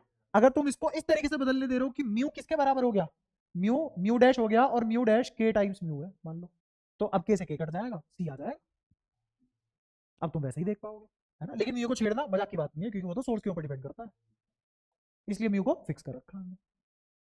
क्या ऐसा कर सकते हैं कि म्यू को बदलने दूं और इसको फिक्स कर दूं? क्या ऐसा किया जा सकता है? भागना शुरू कर दो, इलेक्ट्रॉन कर सकता है काम, इलेक्ट्रॉन ये काम। अब तुम्हारे लिए क्या फिक्स है, लेमडा, वी तो बदला तुमने, वी बदलोगे तभी बदलेगा वो, वी बदलोगे तो दोनों बदल सकते हैं या कोई एक बदल सकता है। अब मैंने लेमडा बदलने दिया, म्यू फिक्स कर दिया, तो तुम्हें दूरियों में साइज छोटा या बड़ा दिखाई देगा, साइज में डिफरेंस आएगा। लेकिन अगर तुमने लेमडा फिक्स कर दिया, साइज में बदलाव आ सकता है क्या, साइज वही दिखाई देगा, क्या बदलेगा, फ्रीक्वेंसी बदलेगी, और फ्रीक्वेंसी बदलने का मतलब रंग बदल जाएगा उसका, इसको बोलते हैं ब्लू शिफ्ट।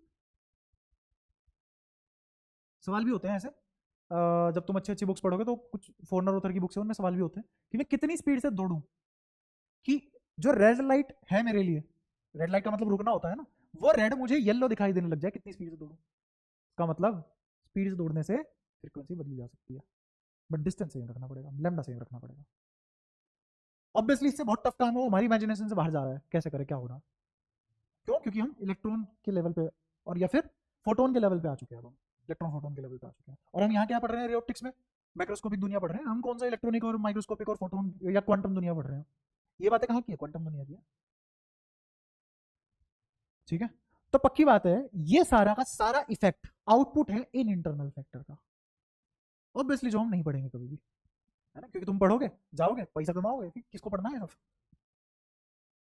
है ना? क्वांटम तो खैर वही पड़ेगा ना जो पगला हुआ इन सब चीजों के पीछे, नहीं यार ये तो जानना अपने को कुछ ही होता है, तो ये सारी बातें हैं शिफ्टिंग की। अब इसके बाद हम ऑप्टिकल शिफ्टिंग और देखेंगे, उसमें वही टाइम फैक्टर थोड़ा सा जोड़ूंगा मैं, और उसमें बताऊंगा कि मुझे ग्लास स्लैब के थ्रू अगर चीजें देखूं तो कहाँ कितनी शिफ्ट आके दिखेगी, है ना। अब लेटरल शिफ्ट नहीं निकालेंगे, हम ये वाली शिफ्ट निकालेंगे। लेटरल शिफ्ट कौन सी शिफ्ट होती थी? रे कितना शिफ्ट हो गई है अपने एक्चुअल पाथ से, और ये शिफ्टिंग किसकी पढ़ेंगे? ऑब्जेक्ट कहां बनने लग गया, तो दोनों शिफ्टिंग अलग अलग है।